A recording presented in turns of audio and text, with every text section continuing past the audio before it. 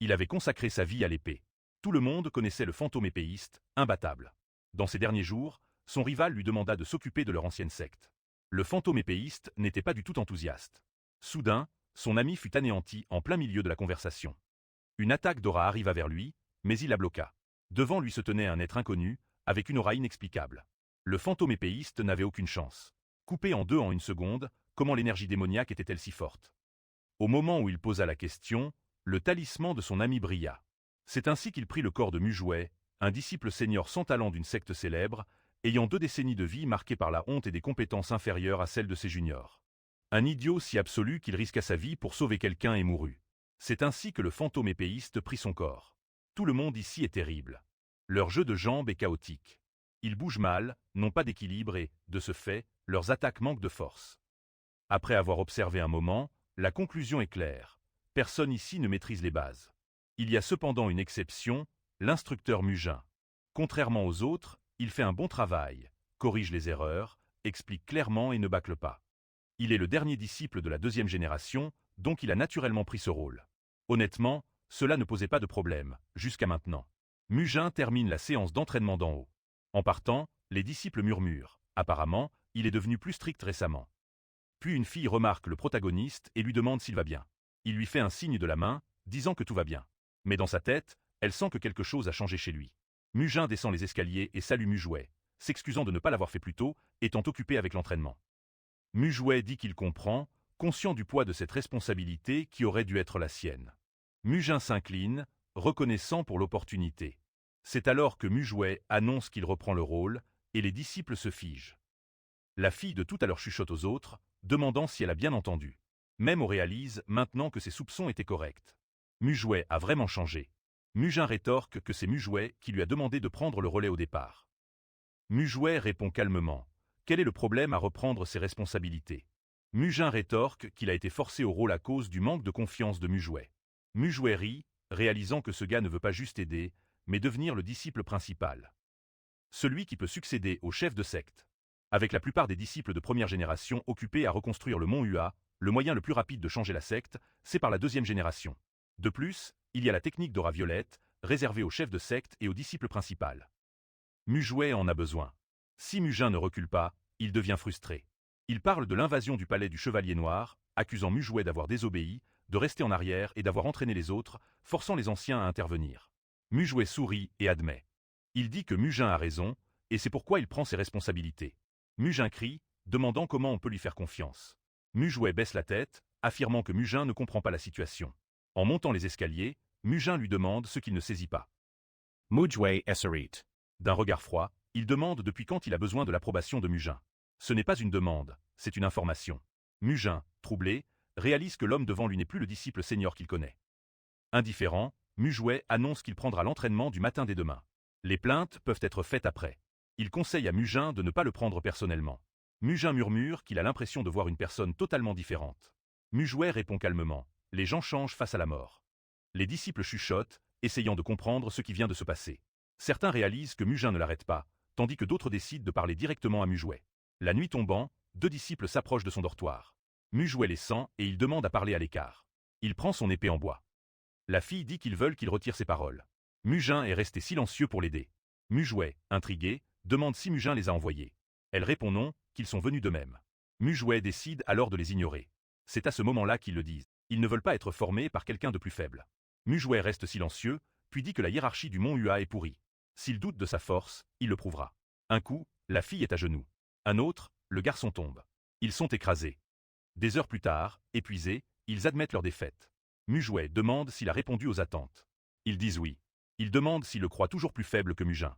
Ils répondent non. Satisfait, il leur dit de se reposer.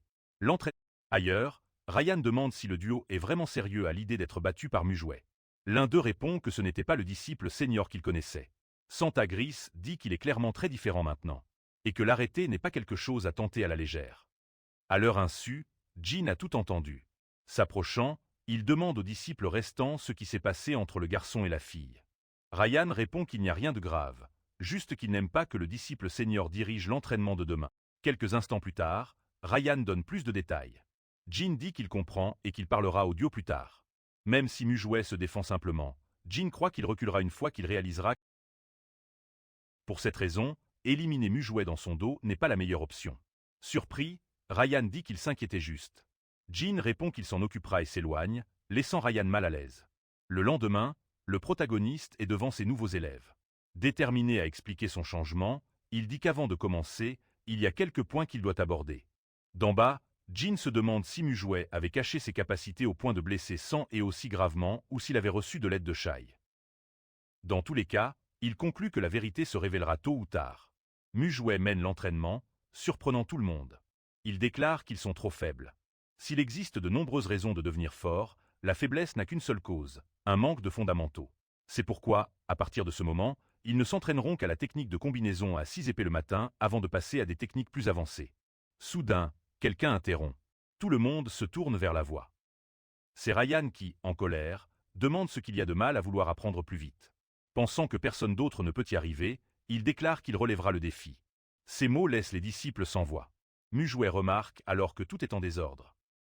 Maudissant en silence, il dit calmement à Ryan que s'il a des plaintes, il doit monter les escaliers. Tous sont surpris par le calme du disciple senior et la réaction de Ryan. Sans hésiter, Ryan commence à monter. Une fois en haut, le jeune homme dit qu'il comprend ce que Mujouet veut dire, mais ne croit pas qu'il soit juste d'abandonner leur entraînement actuel, surtout sous la direction de Mujouet, ce que tout le monde sait. Mujouet l'interrompt, disant qu'il est bien conscient que tout le monde pense que ses compétences en arts martiaux sont terribles. Et il connaît aussi la vraie raison pour laquelle Run s'est avancé. Prouvez cela. Mujouet élève la voix et demande à tous de prêter attention. À partir de maintenant, il ne fera pas un pas et n'utilisera que la technique à 6 épées pour bloquer Run. Si Run réussit à le toucher avec son épée ou à le forcer à bouger, Mujouet reprendra tout ce qu'il a dit et quittera la direction de l'entraînement du matin. Les disciples sont stupéfaits. Ryan se demande s'il n'est pas imprudent d'agir ainsi, juste parce qu'il a battu Musan et Mujo. Mujouet répond calmement. D'après ce qu'il a vu, les deux étaient gravement blessés, et puisque Ryan insiste pour le défier, Ryan charge sans hésitation. Comme Mujouet l'a promis, il bloque la frappe sans bouger d'un pouce. En bas, les disciples se figent, la bouche ouverte alors que le choc continue. Le son des lames résonne sans cesse. Ryan se donne à fond, mettant tout ce qu'il a dans le combat. Un disciple reconnaît immédiatement la technique. La technique de l'épée de vent concentrée, un style rapide, est la spécialité de Run parmi les disciples de deuxième génération. Shal le remarque aussi, Ryan est plus rapide, mais cela n'a pas d'importance. Mujouet bloque chaque coup avec une facilité déconcertante et remarque que Ryan est plus problématique que les deux autres.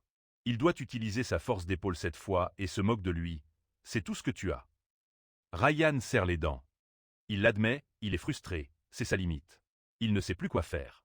Dans la foule, quelqu'un murmure s'il s'agit vraiment du disciple senior qu'il connaissait. Mujin, incrédule, regarde avec des yeux écarquillés. Comment est-ce possible? Soudain, Ryan semble touché, mais il comprend que ce n'est pas une victoire, juste une confirmation.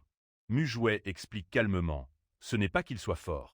C'est que lorsqu'on devient obsédé par l'attaque, le jeu de jambes s'effondre, et une fois cela arrivé, l'épée devient inutile. C'est pourquoi, même blessé, il pouvait tout bloquer sans bouger. Il dit à Ryan qu'il va lui montrer ce que signifie balancer une épée avec tout le corps, et puis ça arrive, un coup. Le coup est si net, si écrasant, que tout le terrain d'entraînement tombe dans le silence. D'en haut, Mujouet ordonne à Musan et Muo de porter Ryan à l'infirmerie. Puis il se tourne vers les autres, leur dit d'arrêter de fixer et de lever leurs épées. Le protagoniste annonce le début de l'entraînement matinal. Puis, il corrige chaque petite erreur de ses nouveaux élèves. On revient au passé, où le garçon lui demande pourquoi il a choisi Kuei comme disciple. Il répond que Kuei est moyen, mais n'a jamais abandonné. Dako demande à son ami de montrer le garçon pour sa détermination. Triste, il explique que les disciples talentueux atteignent l'illumination martiale seuls, mais Wei n'est pas de ceux-là. Façonner un maître martial d'un ordinaire est le devoir d'un mentor, donc il a choisi le garçon. De retour au présent, notre garçon dit qu'il aimerait choisir quelques disciples talentueux, mais en tant que disciple senior des disciples de la deuxième génération de Mount Oa, il ne peut laisser personne derrière, même si c'est plus frustrant que prévu. C'est pourquoi, s'il rencontre Yeon dans l'au-delà, il lui offrira un verre, même s'il veut juste savoir comment il va. Puisqu'il s'est toujours concentré sur son propre perfectionnement plutôt que sur ses amis, notre garçon conclut qu'Yeon va bien, car il a rarement perdu des combats et qu'il serait agréable de le revoir un jour. Après quelques jours, on apprend que la formation des disciples de la deuxième génération se passe bien. Bien que ce soit un chemin difficile et qu'ils aient dû repartir de zéro, il est sûr que les fleurs de prunier fleuriront malgré les épreuves. En traversant la forêt pourpre, Il réalise qu'il a encore un long chemin à parcourir pour élever son royaume martial et changer la secte de Mount Toa. Les sens sont l'un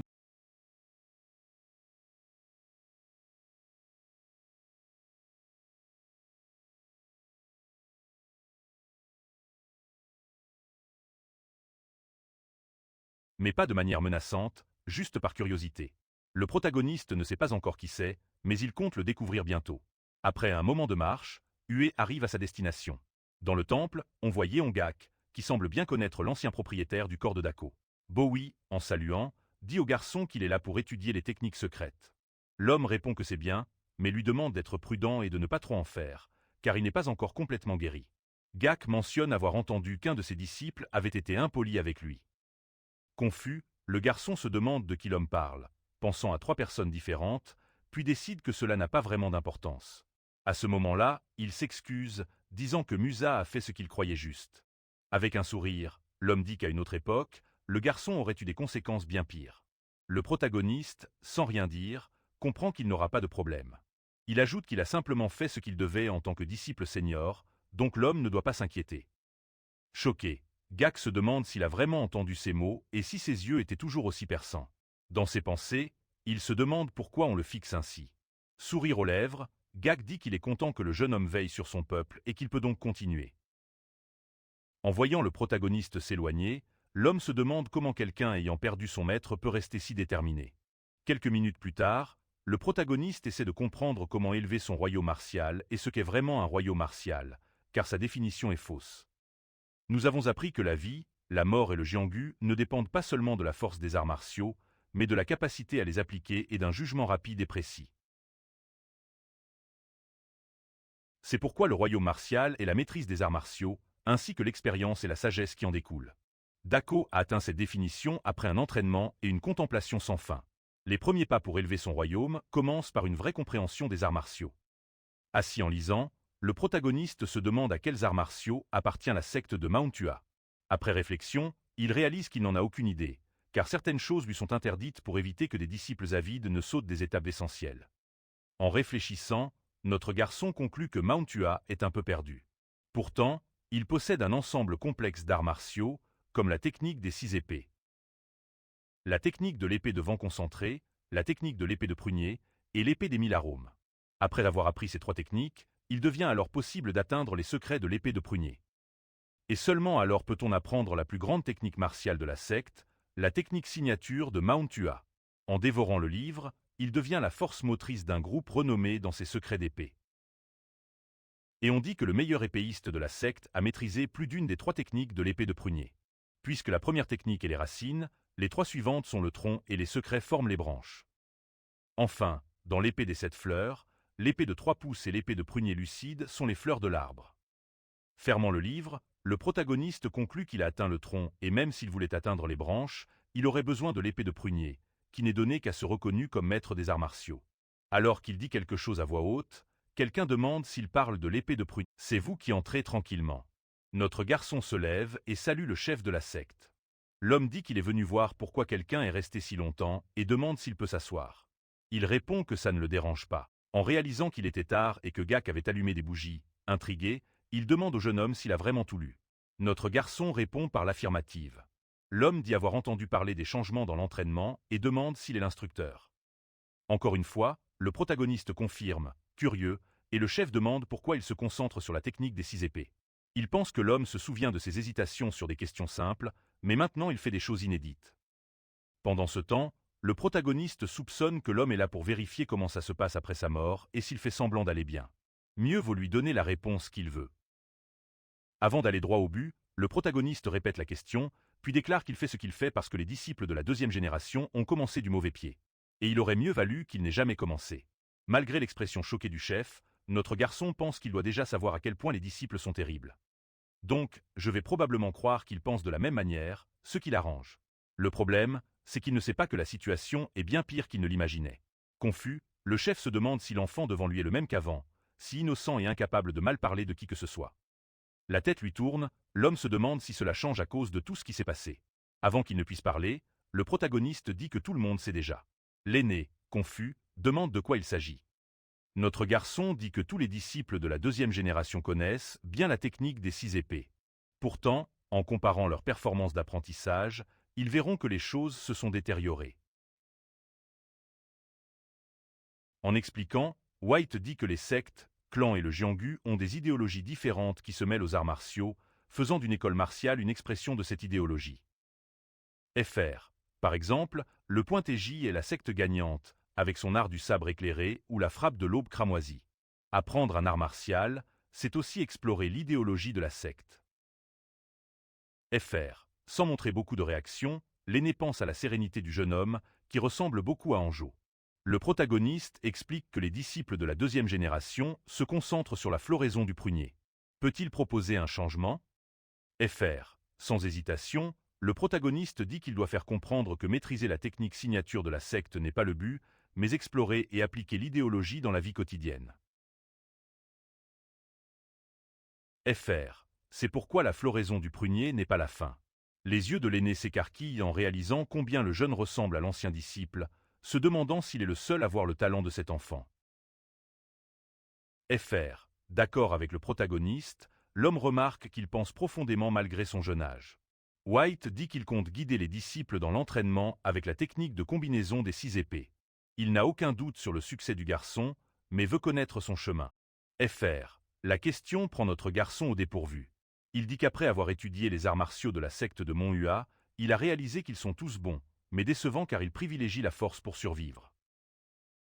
Fr. Ou le fait qu'ils n'utilisent pas de tactique de combat ou des épées plus lourdes. Tentant de se contenir, le protagoniste conclut qu'il ne pourra pas. Il ment et dit simplement qu'il ne veut pas suivre un grand chemin. Fr. Il veut accomplir ce que son maître souhaitait et le surpasser, car c'est le devoir d'un disciple de suivre son chemin. Fr. Choqué, il dit qu'il comprend, non pas à cause du talent du garçon, mais de sa volonté de suivre le chemin de son maître. Il pense que créer une nouvelle technique martiale n'est pas facile, mais il est fier du jeune homme devant lui. Fr. Sourire aux lèvres, il déclare qu'il serait fier, et notre garçon le remercie. L'homme réfléchit alors que ses inquiétudes se sont transformées en espoir, ajoutant que la neige d'hiver est froide, mais l'odeur des pruniers qui fleurissent est bien plus forte. Fr. Même s'il n'a pas pu protéger les pruniers de Monhua, un petit bourgeon est resté. Dès lors, son devoir serait de faire fleurir ce bourgeon. Soudain, notre garçon dit qu'il y a beaucoup d'autres fleurs à Monhua. Fr. Puis il demande au garçon s'il sait pourquoi ils ont choisi celle-ci en particulier. Le protagoniste dit qu'il ne sait pas mystérieux, l'aîné dit qu'il apprendra beaucoup en y réfléchissant. Il se lève pour partir, puis se rappelle quelque chose. Fr. Il révèle qu'il a aussi perdu son maître, mais ne comprend pas vraiment la tristesse. Le garçon ne doit pas voir la mort comme une fin, mais comme un début pour réaliser ce qu'il aurait voulu.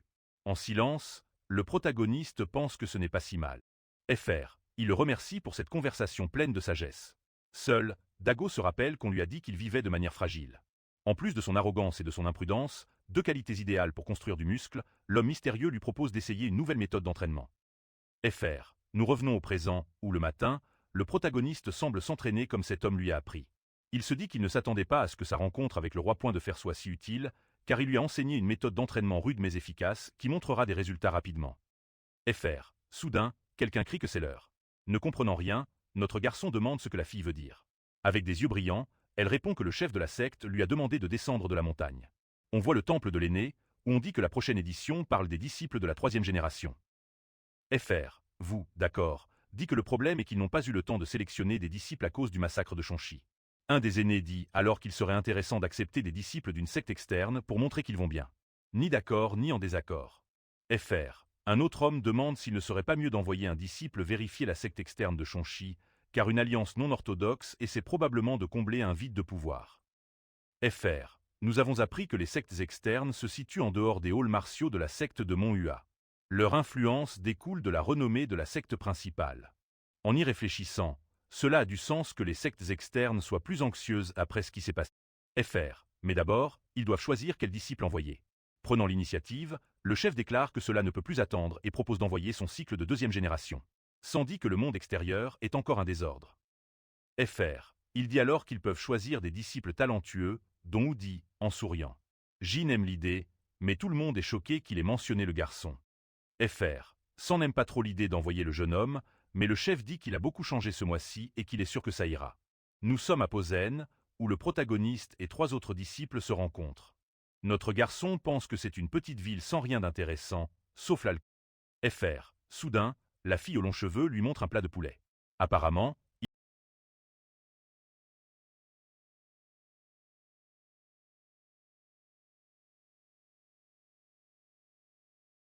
FR. Puis elle demande comment ils peuvent ne pas vouloir une si bonne nourriture.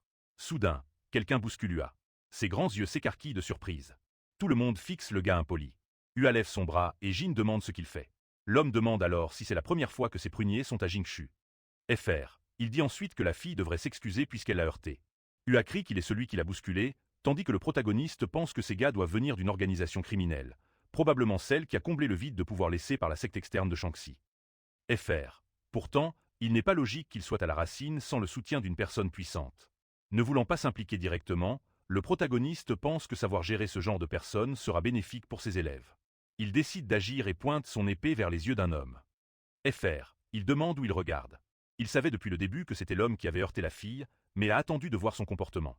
Impoli, il a cherché la bagarre avec la secte de Mont Hua. FR. Surpris, le protagoniste ajoute qu'il comprend maintenant ce que le monde souterrain de Jingshu pense de la secte. Suant nerveusement, l'un des hommes s'excuse, mais notre garçon dit qu'il n'accepte pas les excuses de scélérats comme lui, et qu'il veut empêcher son allié de perdre un œil. FR. Il ferait mieux de s'écarter. Malf White pense que le garçon va vraiment attaquer. White plisse les yeux et fixe, faisant fuir le groupe. FR. UA s'excuse et en rangeant son épée, le protagoniste dit qu'elle n'a pas besoin de s'excuser, car c'était l'homme qui était en faute. Et comme il sait que tout le monde doit être surpris par la situation, il propose de trouver un endroit pour se reposer. FR. La fille et un autre disciple sont contents de l'idée, mais Jin reste silencieux, pensant qu'il a été le premier à s'excuser pour son ami, alors que ce sont ces hommes qui ont commencé. FR. Contrairement à Wei, qui semble conscient de tout et réagit comme s'il était habitué, notre garçon pense qu'il devrait poignarder l'homme, même s'il fait semblant. FR. Ignorant tout, Jin se promet de travailler plus dur pour que cela ne se reproduise plus, et pour que personne d'autre ne les méprise. Le groupe arrive à l'auberge et le protagoniste se précipite immédiatement pour commander plein de choses, rendant la serveuse nerveuse. FR. Quelques minutes plus tard, on voit une pile d'assiettes vides et UA, complètement repues. Notre garçon lui demande de manger moins à cause de l'entraînement, mais il répond qu'il a juste trop mangé. Curieux de savoir ce qu'ils feront ensuite, le chef n'ayant pas précisé l'objectif. FR. Après que le protagoniste demande ce qui s'est passé jusqu'à présent, elle se souvient de leurs actions. Les yeux écarquillés, le cultivateur mentionne le monde souterrain. UA dit qu'avec le plein pouvoir du chef, il veut donner une leçon aux salauds. La nuit tombe rapidement dans la ville, et toujours à l'auberge, le groupe planifie comment mener à bien la mission. Jin propose de d'abord rassembler des infos sur les hommes. Tout le monde semble d'accord. Le protagoniste demande donc au trio de rassembler toutes les informations possibles sur le monde souterrain d'ici la nuit suivante. Pendant ce temps, ils se déguiseront et se déplaceront discrètement. On nous emmène dans le monde souterrain, où résident ceux qui commettent des actes immoraux. Cependant, il y a une différence entre les habitants du monde souterrain et les artistes martiaux des forces orthodoxes, y compris les démons. Un homme dit à une femme que le taux d'intérêt a augmenté, mais ils l'ont omis. Elle peut donc payer autrement. On apprend que les habitants du monde souterrain recherchent l'argent, le plaisir ou le frisson de la domination, semblant ainsi à des organisations qui tuent pour le profit. Ils vivent de manière misérable. Rafton, un homme en grande cape, dit qu'il ne sait pas si ces hommes sont arrogants ou ignorants. Il est surpris quand l'un d'eux demande qui il est et où est John Wong, censé être de garde. Un autre homme répond qu'il est probablement parti se balader, mais ce n'est pas vrai. Froidement, le protagoniste demande en qui il croit pour agir ainsi. L'homme chauve, confus, se demande si le garçon veut se battre. Sinon, il devrait faire demi-tour. Masquant son visage, le garçon dit qu'il est là pour une autre raison. L'homme aux longs cheveux demande de quoi il parle. Avant qu'il ne puisse répliquer, il reçoit un coup de genou au visage et s'envole. L'homme chauve, bouche ouverte, demande où le garçon a appris ça. Sans dire un mot, on commence à frapper l'homme déjà au sol jusqu'à ce qu'il soit complètement inconscient. Mais quand elle profite de l'occasion pour se libérer et laisse l'homme chauve seul, le protagoniste dit qu'il semble avoir appris des arts martiaux de 3e zone et qu'il aimerait le voir en action. Mais s'il veut vivre, il n'a qu'à rendre son portefeuille. Ailleurs, un autre homme est en train de pisser. À une table, 2 hommes demandent s'il va faire ça tout le temps, disant qu'ils seront sobres quand il aura fini. En roulant des yeux, le vieil homme termine ce qu'il fait et dit que c'est vraiment agaçant, et ni l'une ni les deux ne remarquent qu'il y a 2 hommes morts attachés à un arbre. L'homme commente seulement qu'un gars en cape était là il y a quelques minutes et a pris beaucoup de nourriture à emporter. On revient à la ville où UA discute avec un local pour obtenir des infos. Elle se cache derrière un mur pour écouter, tandis que Jin fait semblant de boire pour espionner de près. Loin de là, quelqu'un dit qu'il sent le porc et les rouleaux de printemps. Un homme moustachu déclare ne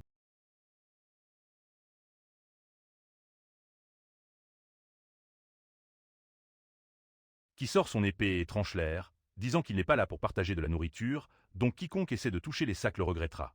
Un des hommes dit que le garçon est vraiment impressionnant et, s'excusant, se présente comme Jing-ge du secte des mendiants. Notre garçon range son épée et se présente aussi. L'homme dit que sa secte considère l'incident de l'harmonie de l'épée de Mount Hua comme une honte. Il demande ce qui l'amène ici, et le protagoniste répond qu'il veut en savoir plus sur les habitants du monde souterrain. La nourriture refroidit en parlant. En riant, Jing-ge trouve cela intéressant. Plus tard, Hua apprend que les gens du monde souterrain font partie de la Blood Brutal faction, qui a profité du vide de pouvoir laissé par la secte de Hua et la branche Kua. Le chef de la secte des mendiants explique que ce qui les distingue, c'est que les membres de cette faction maîtrisent des techniques d'arts martiaux. Notre garçon comprend, mais ils doivent maintenant discuter de ce qui est vraiment important, comme qui se cache derrière la faction. Interrogeant le vieil homme, il lui demande pourquoi il pense qu'une personne puissante est derrière l'organisation. Notre garçon explique qu'il le pense car la présence est importante par rapport à d'autres lieux, et qu'une simple faction a réussi à monopoliser la ville, ce qui indique qu'un rusé s'intéresse au vide de pouvoir.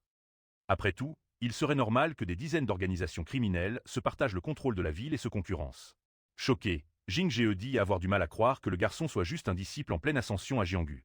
Il ajoute qu'il n'en a pas parlé plus tôt, car il devait être sûr de quelque chose.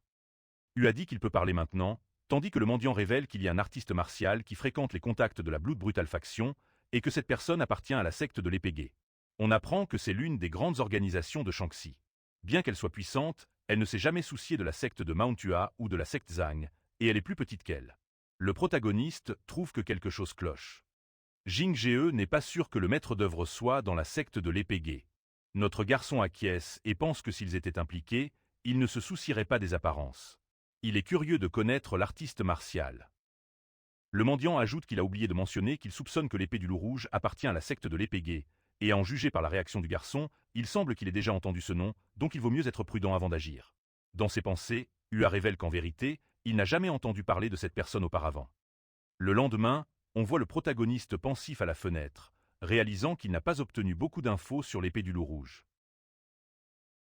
On revient à des moments précédents où il a demandé à Jing-ge si le liquide et la tasse n'étaient que du thé, pensant qu'un peu de taquinerie suffirait pour obtenir plus de détails. Il a cependant négligé le goût incroyable de ce vin. En riant, le mendiant dit qu'il semble que ça lui ait plu, comme si ce n'était pas sa première fois avec Jing-ge. Notre garçon a ensuite tout oublié en buvant, n'obtenant pas les infos nécessaires et ne sachant pas quelles décisions prendront les ennemis. Il conclut qu'il a encore du temps pour profiter du vin qu'il a apporté. La nuit tombe vite, et 3 disciples se demandent d'où vient cette odeur d'alcool. Devant eux se tient Hua, qui leur demande ce qu'ils ont découvert. S'avançant, Hua demande d'abord s'ils buvaient pendant qu'ils travaillaient. Notre garçon répond non et répète sa question. Jing-ge explique qu'ils ont découvert que les habitants du monde souterrain ont comblé le vide de pouvoir et contrôlent maintenant la ville. Hua ajoute qu'ils sont malfaisants, recourant toujours à la violence pour obtenir ce qu'ils veulent. Chiul explique que le problème, c'est qu'ils ont appris les arts martiaux, même de 3e zone, et sont très dangereux contre ceux qui ne savent pas se battre. Le protagoniste félicite le trio pour leur travail et révèle qu'il a découvert comment les gens du monde souterrain apprennent ces arts. Après tout, ce sont des gens qui ne toucheraient jamais un livre et préféreraient en faire du bois de chauffage, ce qui signifie que quelqu'un leur a appris. Se levant, notre garçon révèle qu'il sait qui est responsable, mais pas pourquoi. Curieux, Jin demande qui c'est. Allant droit au but, Hua dit que c'est l'épée du loup rouge, de la secte des 9 enfers. Choqué, Jin se demande comment il ne s'attaque pas juste à quelques criminels. Se rasseyant, le protagoniste dit qu'il pensait attendre une embuscade pour les éliminer, ce qui laisse le garçon aux longs cheveux sans voix. Chiul dit qu'il ne comprend pas pourquoi la secte aiderait des criminels, mais qu'il vaut mieux d'abord informer les anciens. Sans trop réagir, le protagoniste demande s'il en est sûr. Go, allant à l'encontre de ses compagnons, dit qu'elle est d'accord avec le disciple senior, car il faut affronter le problème. Bien qu'il ne soit pas d'accord, Jin reste silencieux, réfléchissant à la situation. Puisque Mount Hua est accablé par la récupération après le massacre, et entrer dans un autre conflit pourrait aggraver les choses, décider de parler de cela est très dangereux, car cela pourrait déclencher une nouvelle guerre avec une secte puissante. Hua comprend son inquiétude, mais rien de tout cela ne se produira, car la secte des 9 enfers ne fonctionne pas ainsi. Il lancerait une attaque pour éliminer une organisation au lieu d'agir dans l'ombre. Avec l'état de Mount Hua, il pourrait les envahir et les anéantir à tout moment. C'est pourquoi il pense que les criminels sont liés à la secte, mais même s'ils le sont, ils ne déclencheront pas de guerre avec Mount Ua. Jin essaie de parler, mais le garçon l'interrompt et demande si ces infos sont fiables. Fr.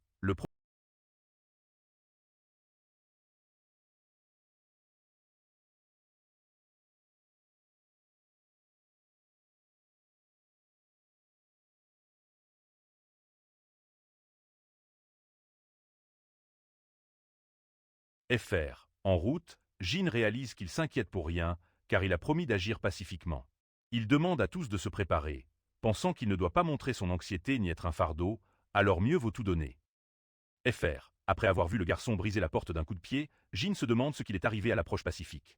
À l'intérieur, les criminels de Fr. Avançant, le protagoniste dit que c'est bien qu'ils soient tous réunis, et demande à quelqu'un d'informer l'épée du loup rouge et le chef de l'organisation de sortir, de manger, et de s'excuser s'ils veulent garder la vie. Fr. En voyant le symbole sur l'épée du protagoniste, les criminels comprennent qu'ils ont affaire à des gens de Mount Ua. Jin et Uazek n'ont pas trouvé l'entrée paisible, mais Quiz dit que c'est ainsi qu'on gère les choses dans le Jianghu. Soudain, quelqu'un demande ce qui se passe. Fr. Un des criminels dit au vieil homme que les gens de Mount Ua sont là, se demandant intérieurement si c'est vraiment possible, en fixant le quatuor devant lui. Réalisant qu'ils ne sont que des enfants, le vieil homme demande s'ils cherchent à mourir, puis déclare qu'il va laisser passer, car ils sont avec un invité important. Fr. Le protagoniste déclare que ce sont eux qui vont mourir s'ils continuent sur ce ton. Choqué, l'homme rétorque que s'il savait avec qui ces gens s'en prennent, il ferait plus attention. Il ordonne alors au groupe de montrer au quatuor à quel point le Jianghu peut être terrifiant, sans tuer personne. Fr. Quelque chose attire son attention. Plus loin, la jeune femme voit un couple blessé, l'homme tenant la femme dans ses bras. C'est la goutte d'eau pour la disciple qui charge sans hésiter. Fr. Pour essayer de sauver ces pauvres gens, on voit que l'homme gravement blessé ne respire plus, mais la femme a encore les yeux fermés. Les autres disciples se précipitent vers Ua, car 2 criminels s'apprêtent à l'attaquer, montrant qu'elle n'est pas faible. Fr. Une fille utilise sa technique de main en feuille de bambou, envoyant les ennemis voler. Jin lui dit de ne pas s'enfuir. Ua crie qu'ils doivent emmener ces gens chez un médecin. Un homme demande qui lui a permis. Il déclare alors qu'avec elle de Mont Ua, ils ne sont pas si nombreux. Une attaque coordonnée suffirait à les vaincre. Les cris attirent l'attention du chef de gang. Les protagonistes réalisent que la fille cachait sa vraie force durant l'entraînement. Il ordonne alors à Kata de prendre son épée et de balayer tout le monde au lieu de l'utiliser comme décoration. Pendant ce temps, le chef des criminels se demande pourquoi le garçon n'est pas intervenu comme les autres. Il conclut que le garçon doit être confiant et n'osera pas l'affronter seul, mais aidera les autres à se battre ensemble. Ua dit que même si l'homme est intervenu, ce n'est pas celui qu'elle voulait. C'est la première fois de ses élèves à Django, donc personne ici ne sait rien. Encore moins que les criminels se battent déloyalement et crachent sur leurs adversaires, car gagner est tout. Mais cette fois, personne ne les protège, donc le trio doit comprendre que la vie et la mort à Django ne dépendent pas seulement de la cultivation martiale. Sans bouger, notre garçon révèle que ce n'est qu'une de ses leçons. Il remarque ensuite que les choses semblent différentes pour Chill. On le voit stopper un adversaire d'une main et laisser un autre visiblement choqué. Malgré tout, l'homme chauve décide d'attaquer avec son épée, mais il est aussi bloqué, et après avoir reçu un coup, il tombe inconscient au sol. Qu'il lance un regard noir aux criminels qui observaient le combat. Soudain, le chef de gang charge Ua, disant qu'il est l'adversaire le plus facile et qu'il va s'en occuper en premier. Malheureusement pour lui, d'un coup, notre garçon le fait tomber dans un trou. Choqués, les autres criminels s'exclament que le chef est à terre et se demandent quoi faire maintenant. Soudain, quelqu'un dit qu'il suffit de choisir un autre chef, n'importe qui, s'il l'a tué. Notre protagoniste réalise que c'est l'homme connu sous le nom de Red Wolf Sword. Se moquant, il dit qu'il se demandait quand le beau gosse allait arriver. Surpris, l'homme âgé demande si le garçon le connaît, puis dit qu'être reconnu par un jeune disciple de Mont Ua est un honneur. Ua répond qu'en fait, il n'en a entendu parler que hier, s'excusant de ne pas apprendre les noms des faibles. L'homme âgé dit qu'un disciple de Mont Ua devrait suivre le chemin orthodoxe, mais le garçon parle comme un artiste martial démoniaque. Quoi qu'il en soit, s'il veut agir ainsi, très bien. En sautant du balcon, le Red Wolf Sword dit que le protagoniste devra donner tout ce qu'il a pour gagner. Tenant son épée, notre garçon demande ce qu'il veut dire par donner tout, car il n'est pas sûr que l'homme soit assez fort pour ça. Surpris, l'homme âgé demande quand le garçon s'est mis derrière lui, mais il reçoit un coup au lieu d'une réponse. Pour éviter de s'écraser comme un sac de pommes de terre, il utilise le fourreau de son épée pour sauter. Il se demande ce que c'était, n'ayant même pas vu les pieds du garçon bouger, et le plus impressionnant, c'est qu'il n'a pas utilisé son épée. Essayant de comprendre, l'homme âgé conclut qu'il n'y a aucune chance qu'un jeune disciple soit à un niveau supérieur au sien. Pendant ce temps, on ne peut que penser qu'il n'y a rien de spécial qui l'empêche de finir le Red Wolf Sword. surtout maintenant qu'il veut tester son épée. Après tout, cela fait un mois qu'il s'entraîne et recherche la combinaison des arts martiaux de Mon Hua. Même s'il n'y a eu personne pour évaluer ses progrès, c'est pourquoi l'homme devant lui devient si précieux, car même s'il n'est pas assez fort, sans hésitation, l'homme aux cheveux blancs charge, mais le protagoniste esquive comme si c'était la chose la plus facile au monde, et après s'être baissé pour éviter un autre coup, il profite de l'occasion pour contre-attaquer avec la bamboulifende, envoyant l'homme voler tout en continuant à charger. Après avoir réduit la distance, notre garçon assène un coup, laissant son adversaire sonner. L'homme se demande comment il lit ses mouvements. Il conclut alors que c'est pourquoi il ne pouvait pas suivre les actions du jeune homme, ce qui signifie qu'ils sont vraiment à des niveaux différents, qu'il veuille l'admettre ou non. Levant son épée, l'homme âgé dit qu'il reconnaît que le garçon n'est pas qu'un jeune talenté et s'excuse de l'avoir sous-estimé, déclarant qu'il va maintenant donner tout ce qu'il a. Notre garçon reste immobile alors que son adversaire s'approche. S'arrêtant à mi-chemin, l'homme lance une attaque qui montre pourquoi il est connu comme le Red Wolf Sword. Voyant cela, le trio de disciples s'inquiète, mais d'un seul coup d'épée, notre garçon fait disparaître le grand loup. Il dit que la technique de l'homme est féroce mais pleine d'ouverture, et qu'il n'a même pas appris la seconde moitié. Bégayant, l'homme âgé demande comment le jeune sait cette technique, mais il semble qu'il soit déjà trop tard, car il se rapproche comme un éclair, le forçant à se défendre désespérément. Bien qu'il soit confus, l'homme est sûr d'avoir bloqué l'attaque, mais il réalise vite que le garçon a utilisé la technique de l'épée illusoire. Avant que le jus de fraise ne s'envole, laissant les criminels incrédules, nous découvrons que le protagoniste n'a pas tué son adversaire, il a seulement coupé ses cheveux, et avec des yeux écarquillés, l'homme essaie de comprendre pourquoi il l'a épargné et pourquoi il n'a pas utilisé son épée dès le début.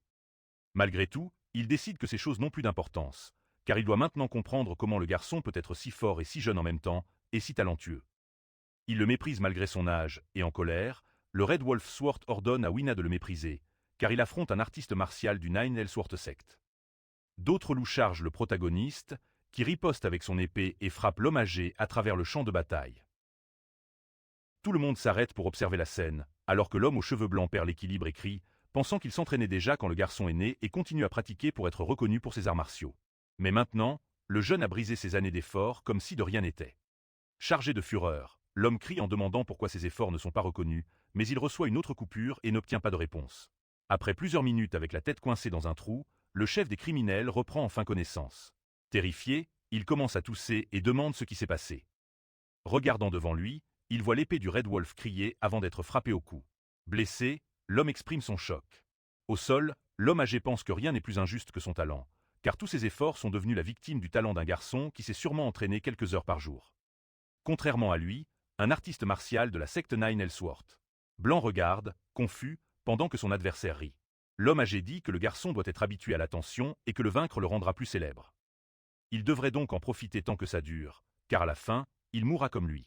La secte viendra après son tueur. Le protagoniste se moque de lui, disant que pour quelqu'un aux portes de la mort, il parle beaucoup. En le retournant d'un coup de pied, il ajoute que ça ressemble à quelqu'un qui se sent inférieur, ce qui convient à un membre de l'unité de l'autre monde. Nous apprenons que la secte des 9 enfers est divisée en l'unité de l'autre monde, l'unité de l'enfer et l'unité du désespoir, les 3 axes de la secte. Cependant, l'unité de l'autre monde n'a reçu aucun mérite et est la plus faible, se concentrant uniquement sur le sud du Shaanxi. Pendant la guerre contre la faction du Dragon Brutal, sa mission était de protéger le quartier général et de fournir un soutien, mais ses membres ont commencé à falsifier des rapports de mission. Après avoir entendu cela, l'homme âgé demande comment le protagoniste sait tout. Sans répondre, il dit que l'homme pense que l'unité de l'autre monde vengera sa mort, mais ils ne feront rien, juste le couvrir. C'est l'occasion parfaite pour les 2 autres unités d'écraser l'unité de l'autre monde.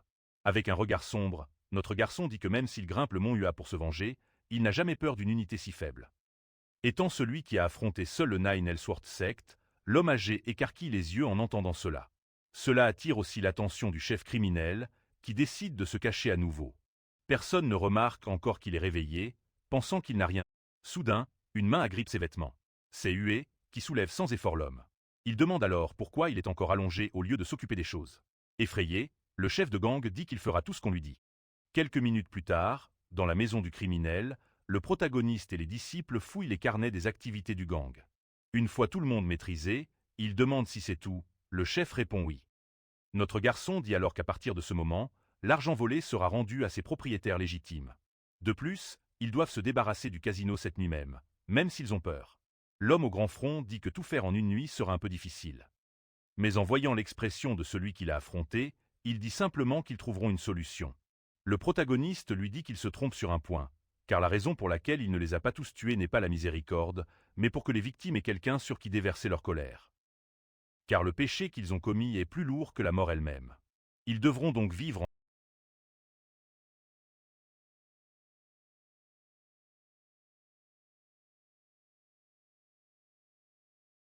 curieux, il demande ce que notre garçon va faire pendant que les autres surveillent les criminels. Le protagoniste dit simplement qu'il a des affaires inachevées. La fille demande alors s'il va encore boire. Gêné, il lui demande d'aller surveiller les hommes. Mais cette fois, il n'a pas envie de boire. Confus, le chef de faction demande pourquoi il doit rester debout. Il répond qu'il ne peut pas tromper son nez. Vers l'endroit où se trouve la fleur tubéreuse, on apprend que dans sa vie antérieure, Dako errait à la recherche d'objets rares, n'ayant pas de secte sur laquelle compter et ayant besoin de beaucoup d'argent, qu'il devait aussi trouver par lui-même. Cependant, les objets rares sont appelés ainsi pour une raison.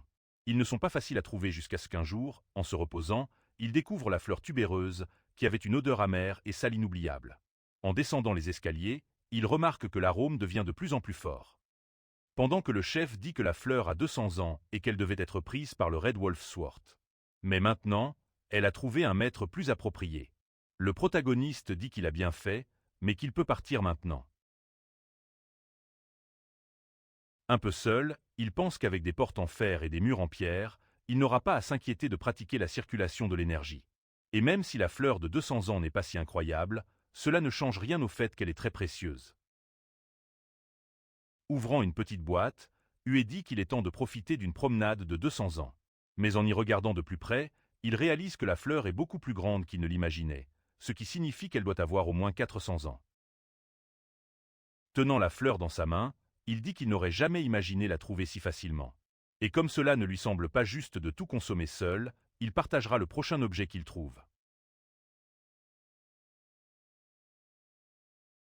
Un peu plus tard, toujours dans la maison du criminel, quelque chose attire l'attention du chef de gang, qui se lève de la table pour voir ce qui se passe par la fenêtre. Soudain, une paire de bottes apparaît dans la poussière. L'homme, confus, court vers le garçon en disant qu'il a entendu un bruit fort. Le protagoniste répond que ce n'était rien d'important, puis lui demande s'il vérifie bien le livre. L'homme dit que oui, et qu'il était sur cette tâche il y a quelques minutes. En partant, Ué dit qu'il vérifiera plus tard pour s'assurer que tout l'argent a été correctement restitué après avoir salué et avec le protagoniste s'éloignant. L'homme dit qu'il est vraiment un sacré bâtard. En plus d'être un menteur, puisqu'il a dit que le bruit n'était pas important, même s'il a détruit un bâtiment. Pensant, l'homme se demande ce que la fleur de loup a fait au garçon pour que cela arrive. Toujours la même nuit, nous voyons les criminels brandir des masses. Tout en étant surveillés par Ginger, qui, en voyant un des hommes immobiles, demande s'il est vraiment sûr qu'il y a le temps de se reposer. De l'autre côté, Ua ordonne à un autre gars de se dépêcher, car le soleil est sur le point de se lever. Je jure, quelqu'un demande si un prix, si l'homme est vraiment en train de donner cela en cadeau. S'inclinant, le criminel dit que c'est l'argent qu'ils ont extorqué injustement, caché un peu plus loin. Ginger pense qu'il n'aurait jamais imaginé que Ua serait capable de faire tout cela en seulement 2 jours, et qu'il s'attendait déjà à ce que le jeune homme qui a demandé l'information soit inhabituel. Mais c'est trop, car le monstre Ua caché est en réalité un dragon. Soudain, notre garçon apparaît derrière lui en disant qu'il est là pour boire parce qu'il a eu faim mais ne voulait pas le faire seul. Donc, il invite l'homme à se joindre à lui aussi. Même s'il est surpris d'être invité à boire de l'alcool dès le matin, Ginger accepte l'invitation. Un peu plus tard, Ginger demande ce qui intéresse le garçon. Celui-ci explique que le problème actuel, ce sont les branches souterraines de la faction du sang brutal qui ont tourné au crime par nécessité. Donc, s'il veut les réhabiliter tous, il a besoin de quelqu'un prêt à les accueillir. Ua ajoute que l'homme n'a pas à s'inquiéter car il s'occupera de tout, y compris de la destruction des forteresses. Le chef de la faction des mendiants dit que le garçon ne cesse de le surprendre, et qu'il connaît quelques marchands qui peuvent s'occuper des gens du monde souterrain. Et en plus, il gardera un œil sur les choses. Notre garçon le remercie. Mais l'homme dit que c'est lui qui devrait être reconnaissant d'avoir été invité à aider les civils. Changeant de sujet, Ginger demande combien de temps Ua va rester. Il dit environ 3 jours. Curieux, l'homme demande s'il prévoit de s'occuper des forteresses autour de la ville. Le protagoniste dit peut-être plus tard dans la nuit. La ville est animée. À l'auberge, notre garçon offre des boissons à ses élèves et les félicite. Ginger, surpris, demande ce que c'est. Ua a préparé du vin de feuilles de bambou pour célébrer. Le garçon dit qu'ils ne boivent pas, mais le protagoniste répond que c'est permis pour fêter ça. Et comme de nombreux nouveaux disciples ont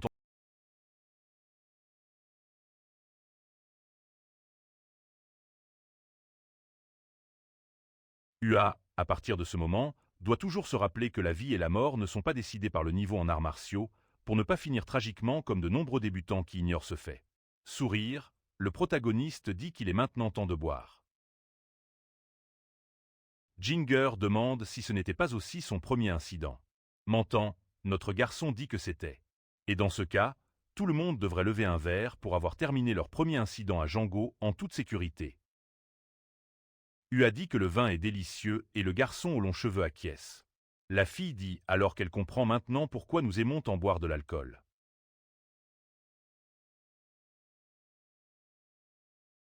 Sans dire un mot, elle pense à la technique d'épée que le protagoniste a utilisée plus tôt, qui n'était définitivement pas du mont Ua, ce qui signifie qu'elle doit découvrir d'où elle vient à voix haute. Le garçon dit qu'il a une question pour Ua. Notre garçon dit qu'ils vont éradiquer toutes les forteresses pendant 3 jours. Chacun pourra en abattre une seule pendant que les autres regardent. Le trio est surpris. Inquiète, la fille demande pourquoi il a pris cette décision, pensant qu'ils ont fait quelque chose de mal. Le protagoniste lui demande ce qu'elle veut dire, car ils savent qu'ils ont failli mourir en ne pouvant pas éliminer les figures de l'Underworld, car ils n'étaient pas prêts à blesser des gens. Elle acquiesce et dit qu'en effet, ils auraient pu mourir sans eux.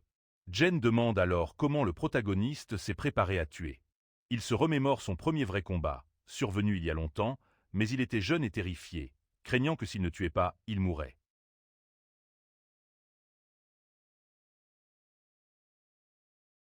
Il dit qu'il avait peur qu'il se fasse blesser, alors il a tué l'ennemi pour empêcher leur peur de se réaliser.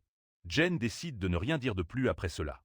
Le protagoniste ajoute que chacun a ses raisons de se battre, et qu'il enseignera la technique de l'épée à Kill, selon sa façon de gérer la forteresse. Et comme c'est la première nuit, il va montrer comment faire.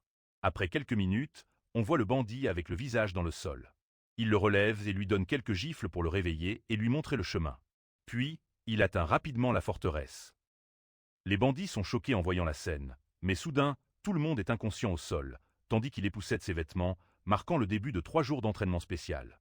Le matin, il surveille la faction de sang brutal, et la nuit, il s'attaque aux forteresses. On découvre que l'entraînement a porté ses fruits, même si les disciples hésitaient au début. Après quelques combats, ils apprennent vite et gèrent bien les forteresses. Mugen est le seul à avoir besoin de plus de temps, car le jeune homme est bien meilleur que les 2 autres, mais il hésite toujours à tuer même lorsqu'il est attaqué, ce qui signifie qu'il a plus peur de blesser les autres que de mourir. C'est quelque chose que le protagoniste ne peut pas changer. Le garçon doit surmonter cela seul. En 2 jours, le quatuor a fini toutes les forteresses. Le protagoniste les félicite et annonce qu'ils vont vers le vin de son plan. Ua demande pourquoi ils ne peuvent pas partir ce soir, et Ue dit que c'est parce qu'il a promis à Kill de lui enseigner la technique, puis ajoute que tout le monde peut rester s'ils veulent apprendre. Concernant l'hésitation, le protagoniste commence la démonstration, tandis que ses élèves, trop choqués pour cligner des yeux, regardent. Il explique que la technique est celle du mont Ua, un combo de 6, modifié avec plus de poids. Il demande ce qu'il entend par poids, expliquant que les techniques de l'épée du mont Ua permettent de passer à l'attaque suivante, même lorsqu'elles sont bloquées, ce qui signifie qu'elles peuvent être combinées avec d'autres techniques et permettent aussi de mélanger des éléments d'illusion. Le disciple est stupéfait, mais Ue dit qu'il devrait déjà le savoir. Pour l'épée du mont Ua, même s'il n'était pas le premier, il était le meilleur, avec une grande connaissance martiale. À tel point que le flamboyant changement et la fleur de prunier étaient peut-être des combinaisons des 6 épées, selon le poids appliqué. Les techniques du mont Ua sont donc incomplètes. Il n'étudie pas assez profondément le poids de l'épée, et apprendre une nouvelle technique qui n'a jamais été terminée alors qu'on a déjà une base solide peut être insensé. Quelque chose qui peut être nouveau et pratiqué en secret, car une technique incomplète pourrait causer le chaos. Après toute cette belle explication, Ue demande à Kill si c'était la technique qu'il voulait apprendre. Après quelques minutes de silence, le garçon lève la tête et dit oui, puis lui demande de lui enseigner. On découvre que l'entraînement de Kill a continué toute la nuit jusqu'à l'aube. Épuisée, Ua se demande combien de temps elle devra encore veiller, puis attire l'attention de Jin pour lui suggérer de s'en aller et de se concentrer sur l'entraînement. Ue dit que le garçon manie l'épée en utilisant le principe de l'illusion, au lieu de se concentrer sur le principe du poids et la différence d'utilisation de l'épée. En sueur, Kill dit qu'il comprend. En arrière-plan, On voit les deux qui étaient de garde déjà partis, décidant d'aller vérifier les gens de l'Underworld et de se reposer ou d'entrer dans la ville, où un homme irrité dit à un autre de marcher plus vite, car à ce rythme, ils ne pourront rien accomplir. En regardant autour d'elle, Ua remarque qu'il n'y a pas de problème à gérer, concluant qu'en effet, les gens de l'Underworld avaient juste besoin d'une chance pour changer leur vie.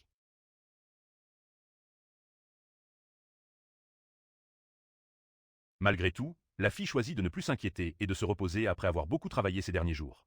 Soudain, quelqu'un l'appelle. Surpris, elle prend une pause de combat en dégainant son épée, mais à sa grande surprise, elle se retrouve face à la femme blessée dans le bâtiment de la faction de sang brutal. La femme s'excuse de l'avoir effrayée, tenant fermement la main d'une petite fille. Puis elle demande à sa petite sœur, Yom Yom, de dire bonjour. Gênée, Ua demande des nouvelles de la femme. Celle-ci la remercie d'avoir sauvé son frère, émue la disciple. La femme dit ensuite que ses blessures guérissent rapidement, et que grâce à la jeune dame, ils ont pu tenir l'enterrement de leur père. Essuyant ses yeux, la fille demande ce qu'elle entend par père, se remémorant brièvement l'homme mort à son arrivée.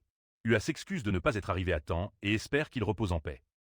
La femme dit qu'elle n'a pas besoin de s'excuser, car ils sont vraiment reconnaissants. Yom Yom balbutie avec sa voix mignonne qu'elle sera une guerrière impressionnante. Entendre cela brise le cœur de Ua, qui ne peut retenir ses larmes. Ne comprenant pas, la femme demande pourquoi la jeune dame pleure, mais la disciple répond que la petite fille sera sûrement une grande guerrière. Même plus forte qu'elle, la femme demande à Ua si elle a mal, car elle pleure. Ua répond que ce n'est pas ça. La journée passe vite, laissant place à la nuit. À l'intérieur, Mujin ne semble pas bien, vu son expression. On passe au lendemain où Ua, en sueur, se brûle la tête sous le soleil. En criant, elle demande pourquoi il marche si vite. Le garçon répond qu'elle s'est trop relâchée après un jour de repos et n'a pas bien entraîné. La fille dit qu'ils auraient dû partir plus tôt au lieu de se reposer comme il a ordonné. Après un regard noir, la disciple comprend qu'elle a trop parlé. Jin, rompant le silence, avoue être surpris que les gens de l'Underworld apposant vont bien. Furieux, le protagoniste dit qu'il devrait s'inquiéter de leur mentalité faible, prouvant que la stratégie de Jin a échoué. Soudain, Ua avoue qu'elle s'ennuie de Yom Yom, la sœur de la fille qu'elle a sauvée lors de l'attaque sanglante. Excitée, Ua dit que la petite veut devenir une guerrière de nuit comme elle. Se moquant, le garçon avoue que c'est la première fois qu'il se soucie de l'avenir d'un enfant. Quand la fille répond, il lui dit de se taire car ils sont enfin à oui-non. Heureusement, avant le coucher du soleil, Jin dit qu'il y a une secte externe du mont Ua dans la ville appelée la Fresh Flower Sect. Ua dit que dans ce cas, il devrait y aller pour le dîner. Rapidement, le quatuor arrive au quartier général de la secte et tombe sur un groupe de garçons battant sans pitié un autre garçon aux cheveux gris. L'un des garçons frappe celui qui est retenu au ventre, mais alors qu'il lève son bras pour le coup suivant, il s'arrête à cause d'une main. Saisissant son poignet, Ua dit qu'un petit enfant frappe avec beaucoup d'énergie interne. Le garçon regarde sur le côté et réalise qu'il y a plusieurs adultes. Le garçon battu réalise vite que ce groupe fait partie de la secte du mont Ua. Le protagoniste dit qu'un tel coup pourrait tuer un enfant sans formation en arts martiaux et, lançant un regard sombre, affirme que le garçon en est conscient. Elle doit en être sûre puisqu'elle attaque de ses poings. La fille s'irrite. Pour lui, ce garçon, même jeune, semble arrogant. Peut-être la faute de ses parents. Il n'est donc pas à blâmer pour ses actes, influencés de l'extérieur. Elle le fixe avec détermination. Le protagoniste n'est pas inquiet. Le regard dangereux de la fille l'inquiète. Beaucoup commettent des crimes à cause de ça. Il pense qu'elle fait partie d'un groupe hétérodoxe qui influence son comportement. Un petit garçon attire son attention et l'observe curieusement. À ce moment-là, le garçon aux cheveux blancs s'apprête à parler. Le protagoniste attend, mais rien ne sort. Il leur demande de partir avant de les blesser. La tension est palpable dans la forêt. Puis, le petit garçon fait un geste. Il se présente comme Lim Sana de la secte des fleurs fraîches et les remercie pour leur aide. L'homme se présente à son tour comme disciple de la secte du mont Ua. Inquiet, son compagnon demande si Lim Sana va bien. Il confirme et dit qu'un des enfants était le jeune leader de la secte de la Grande Vérité. Gazin et les autres voulaient juste apprendre les arts martiaux. Il l'importunait car sa secte n'a jamais eu de bonne relation avec celle de la vérité. En découvrant la faiblesse de sa secte, ils ont commencé à le harceler. La jeune fille demande au garçon si le leader est au courant. Lim Sana confirme et dit qu'avant, il se défendait. Ensuite, le leader de la secte des fleurs fraîches est allé vers la secte de la Grande Vérité. Dans les flashbacks, on voit le leader de la secte de la vérité dire que leurs enfants ne feraient jamais cela sans raison. Ils l'ont blâmé et cela a mené à un conflit à grande échelle. Cependant, il ne voulait plus de combat, alors le leader de la secte des fleurs fraîches a reculé. Si la guerre éclate, tout s'effondrera, et Mouvoui dit qu'il comprend ses raisons. Il dit comprendre pourquoi le garçon laisse ses enfants le harceler. Pendant ce temps, La jeune fille trouve scandaleux le traitement de la secte externe du mont Hua. Pour le protagoniste, tout arrive pour une raison et il faut écouter le leader. Au site religieux, tous les membres observent, impressionnés, l'arrivée des disciples. Le groupe entre avec détermination. Move Wii remarque leurs vêtements brodés de cerisier blanc. Les membres attendent leur présentation. Le groupe fait le symbole de leur secte et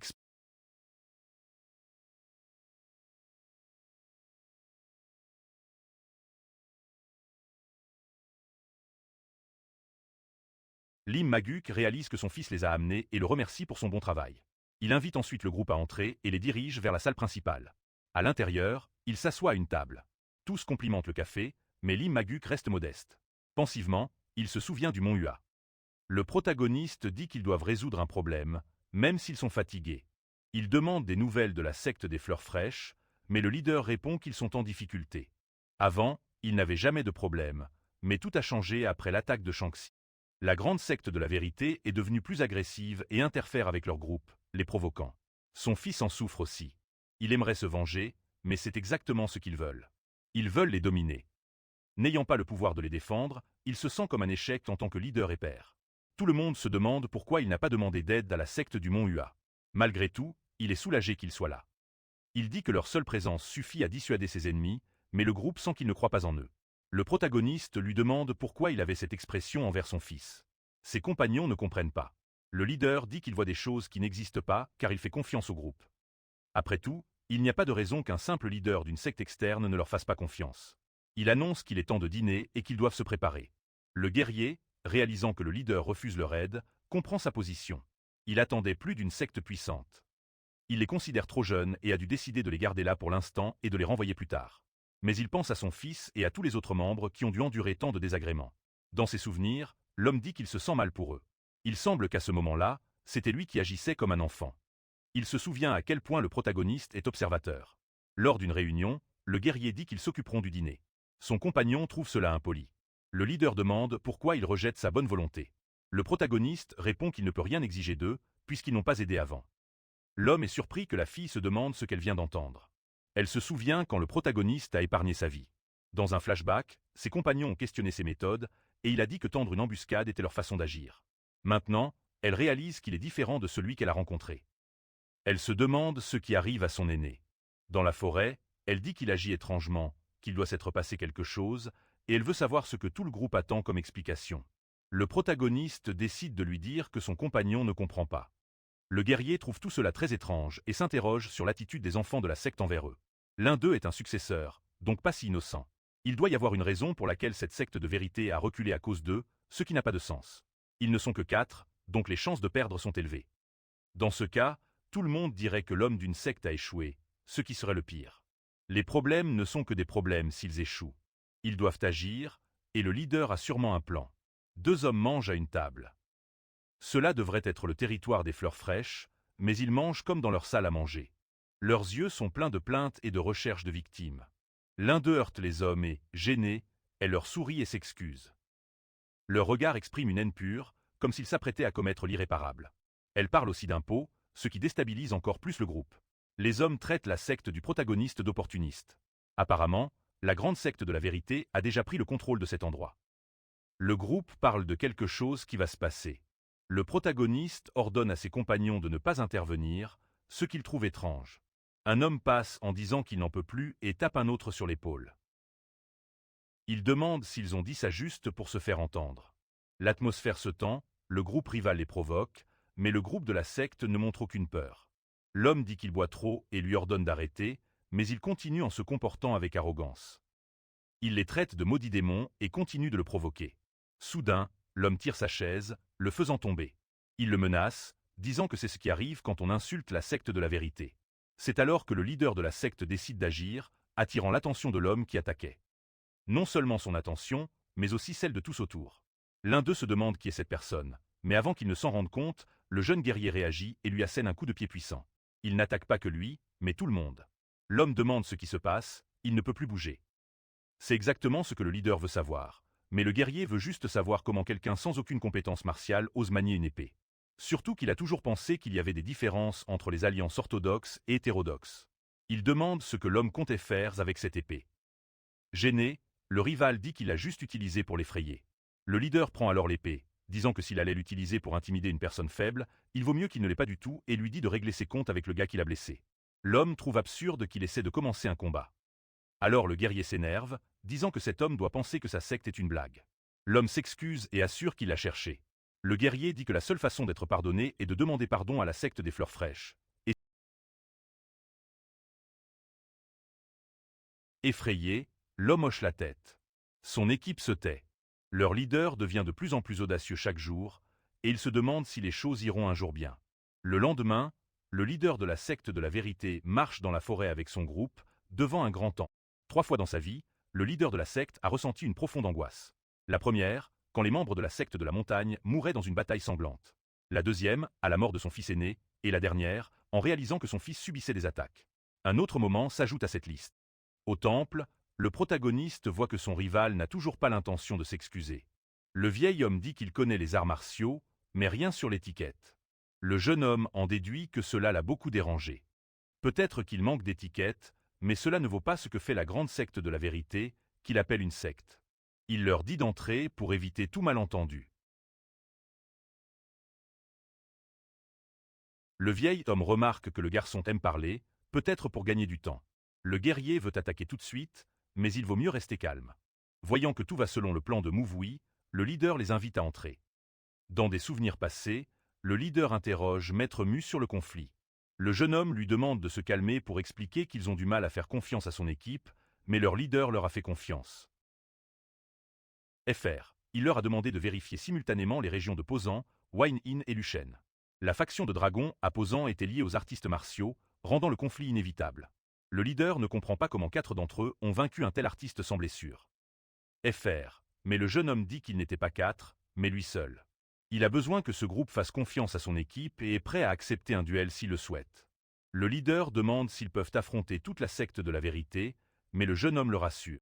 FR. Il peut tout gérer seul. Tout le monde est assis à une table. Avec la secte de la vérité présente, Mouvoui dit qu'il veut régler les choses une bonne fois pour toutes. FR. Donc, s'il propose un duel entre un membre de chaque secte, tout le monde est choqué. Le vieil homme rit, réalisant que le garçon n'a pas révélé le plan complet à l'Imaga.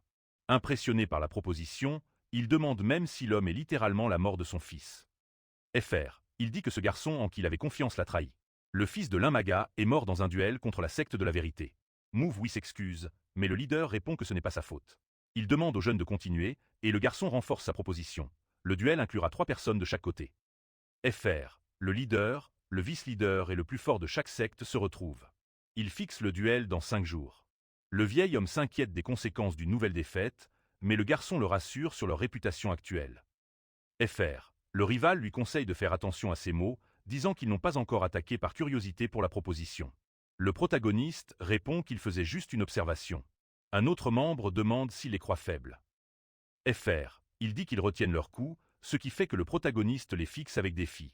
Puis le vieil homme se lève et annonce leur retour dans 5 jours, espérant un duel équitable sans mort. Le leader y réfléchit. FR. Le leader de cette secte est probablement devenu plus fort que lui. Il dit au protagoniste qu'ils chercheront un spécialiste pour l'affronter. Le jeune homme acquiesce. Bien qu'il lui fasse confiance, le leader s'inquiète. Il va mettre toute sa foi en lui. Il se dirige vers la salle d'entraînement. FR. Le protagoniste dit qu'il doit s'imaginer comme un homme mort ces prochains jours. Pendant l'entraînement, tout le monde s'inquiète. La fille demande si le frère aîné va bien, mais personne ne sait. Il s'entraîne intensément, donnant tout. Un membre de l'équipe essaie de le soutenir. Ce type est incroyable. Sans aucun doute, c'est un démon. Le leader s'entraîne toute la journée. Le garçon qui l'aide tient son épée. S'il se baisse encore, il risque de se blesser. Il lui demande de tenir un peu, l'entraînement se termine bientôt. Pendant ce temps, le fils du leader est perdu dans ses pensées. Même avec l'aide de Mugi, il ne deviendra pas fort si vite. Soudain, quelque chose attire son attention. Le protagoniste se tient devant lui et lui dit qu'il a raison, devenir fort si rapidement est impossible. Cependant, tout change pour acquérir de l'expérience. Il demande donc à Lim Sana s'il utilise bien ses arts martiaux, ce que le garçon confirme. Puis, il lui demande de l'imiter, mais Lim Sana ne comprend pas. Sur ce, le protagoniste frappe le tronc d'un arbre, impressionnant l'enfant. L'homme dit que le garçon a assez d'énergie interne. Il veut le voir de ses propres yeux. S'il réussit, tant mieux, sinon, il continuera d'essayer. Le temps passe et le jour décline. Le protagoniste est fier du garçon qui a tout donné. Ils s'entraîneront à nouveau demain. Lim Sana, épuisé et avec des mains douloureuses, conclut que cet homme n'est pas un démon. Pas de repos, le jour se lève déjà. C'est le deuxième jour d'entraînement et ils vont s'entraîner ensemble. Hier, père et fils ont appris à utiliser leur corps. Le corps du leader s'est beaucoup amélioré et a récupéré vite. L'entraînement d'hier était essentiel. Maintenant, ils vont apprendre à trouver leur position.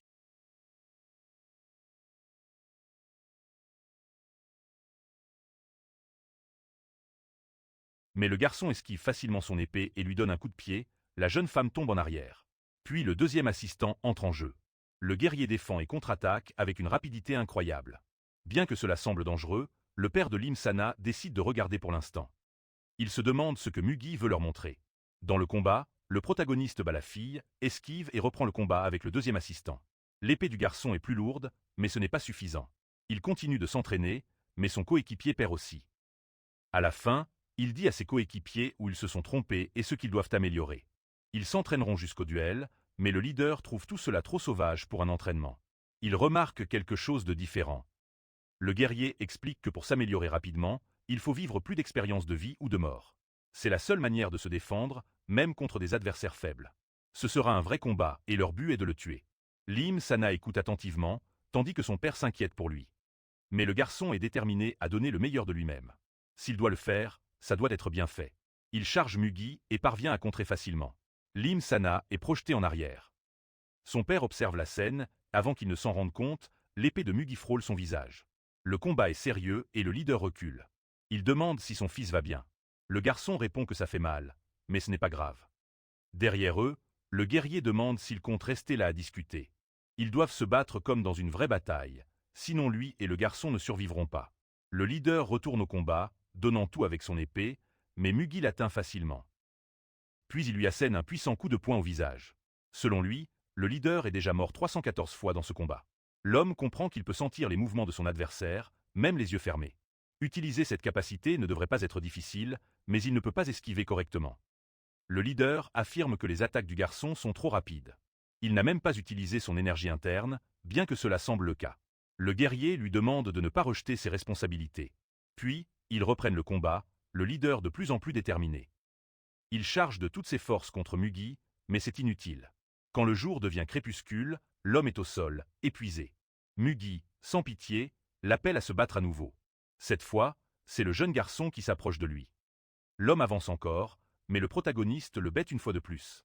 Ils poursuivent leur entraînement toute la nuit, sans pause. Le lendemain, deux hommes sont assis à une table, buvant du thé. L'un dit qu'une épée lotus montante suffira pour le combat. Le leader de cette secte prévoit de les humilier le jour du duel. L'homme devant lui jouera ce rôle. Selon l'étrange homme, ce serait un miracle s'il ne finit pas paralysé. Il s'inquiète des conséquences d'une mort, mais le leader le rassure. Les rumeurs ne sont que des rumeurs. Même si seul le Danzig de Mont-U les élimine, cela ne posera pas de problème. Le leader affirme qu'il peut gérer cela seul. L'homme en face se demande comment un plus faible peut être si arrogant, se demandant s'il est aveuglé par la cupidité ou si c'est toujours ainsi. Tout le monde a quitté la salle de réunion. Mais rien ne distrait Mugi de son sentiment qu'il va découvrir ce que Kang cache. Le jeune homme, pensif, réalise que l'entraînement de son groupe doit continuer. Alors tout le monde est en position dans la cour, prêt à commencer.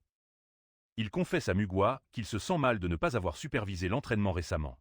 Maintenant, il veut les entraîner comme des chiens. Muchiol, impatient, attaque sans réfléchir, lançant son épée sur son ami. La massive épée fend l'air rapidement vers Mugwa, mais il réagit rapidement et bloque l'attaque.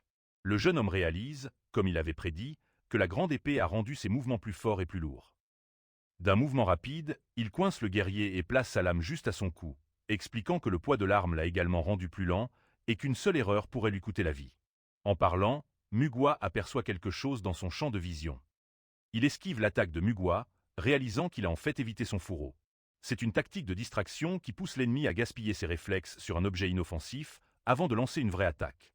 Un coup qui déstabilise l'adversaire pendant que l'épée arrive de l'autre côté. Toujours sans utiliser son épée, elle frappe la jambe du maître, l'affaiblissant. Surprise par sa défense, la jeune femme cherche ce qui a mal tourné. Mugwa explique que, bien que astucieux, cela ne fonctionne pas bien, car c'est un truc trop évident qu'un combattant expérimenté repérerait. Il la frappe sans pitié d'un mouvement rapide. Elle s'échappe comme un flou, ses sens aiguisés, observant Mugwa s'approcher de loin comme un démon. Reconnaissant son talent naturel, il pense pouvoir l'aider à mieux l'exploiter.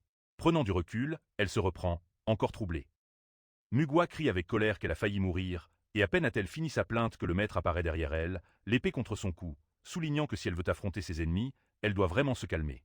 La fille admet que cela prendrait des années, et il passe à la leçon suivante. Mugin se lève pour relever le défi. Bien qu'il soit jeune, il contrôle sa colère et agit. Le disciple seigneur remarque que, même s'il excelle en duel,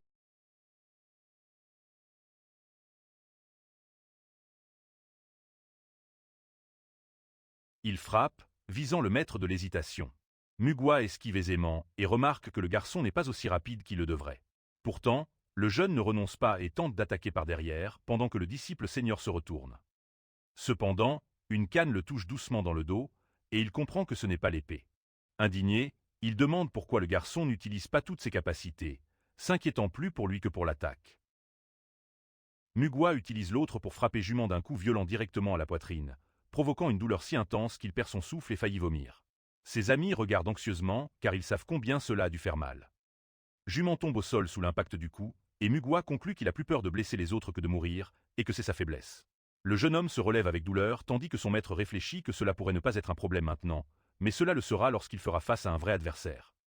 Quand Jument devra donner tout pour lui-même et pour les autres, il ne pourra pas agir s'il cède à ses émotions, et cela mettra tout le monde en danger. Inquiets de la situation, ils savent tous que si cela continue ainsi, ils pourraient devoir demander au jeune homme de quitter le groupe. FR. Ils terminent enfin l'entraînement, et Mugwa rappelle qu'ils connaissent leurs faiblesses. Pas de raccourci, le meilleur moyen est de s'entraîner sans relâche.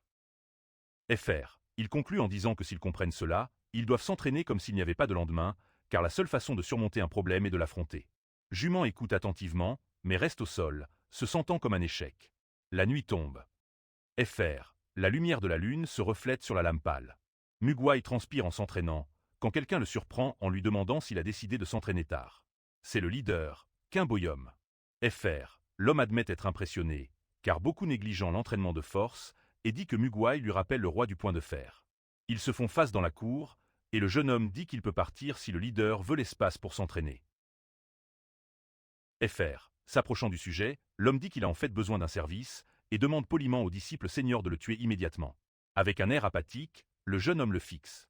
Sans hésiter, il lève son épée vers lui, disant que le tuer ne sera pas un problème, mais qu'un lui demande d'attendre. FR. Mugwa ne comprend pas, car il était sur le point de satisfaire la demande de l'homme, qui semble surpris qu'il n'ait pas demandé de raison. Cela rend les choses plus intéressantes, car il propose en réalité un duel. Calmement, le jeune homme accepte, pensant qu'il découvrira ce que l'homme cache. FR. Cependant, le leader impose une condition. Il doit se battre comme s'il voulait tuer. Mugwa, en réfléchissant, observe prudemment la main et l'épée du leader.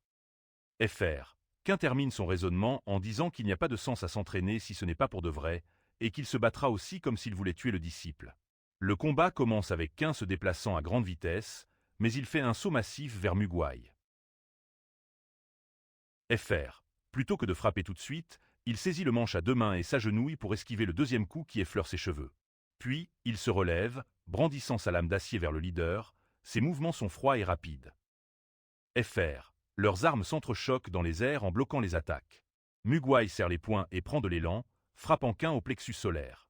Essoufflé, il halète et bave sous le coup, mais le garçon, impassible, lève son autre bras avec l'épée, prêt à frapper à nouveau. FR. Quin est presque touché par la lame, mais esquive sur le côté. Retrouvant sa position, il attaque le garçon, qui bloque l'assaut en balançant son épée derrière lui sans regarder. Le combat reste intense. Ils prennent un bref recul et se fixent. FR. Quin ne recule pas et charge à nouveau sur le côté. Mugwa avance vite. Quin ouvre sa garde, laissant son adversaire l'atteindre au visage. FR. Même en perdant, il admire la ruse du jeune homme, réalisant que le disciple a parfaitement calculé son mouvement.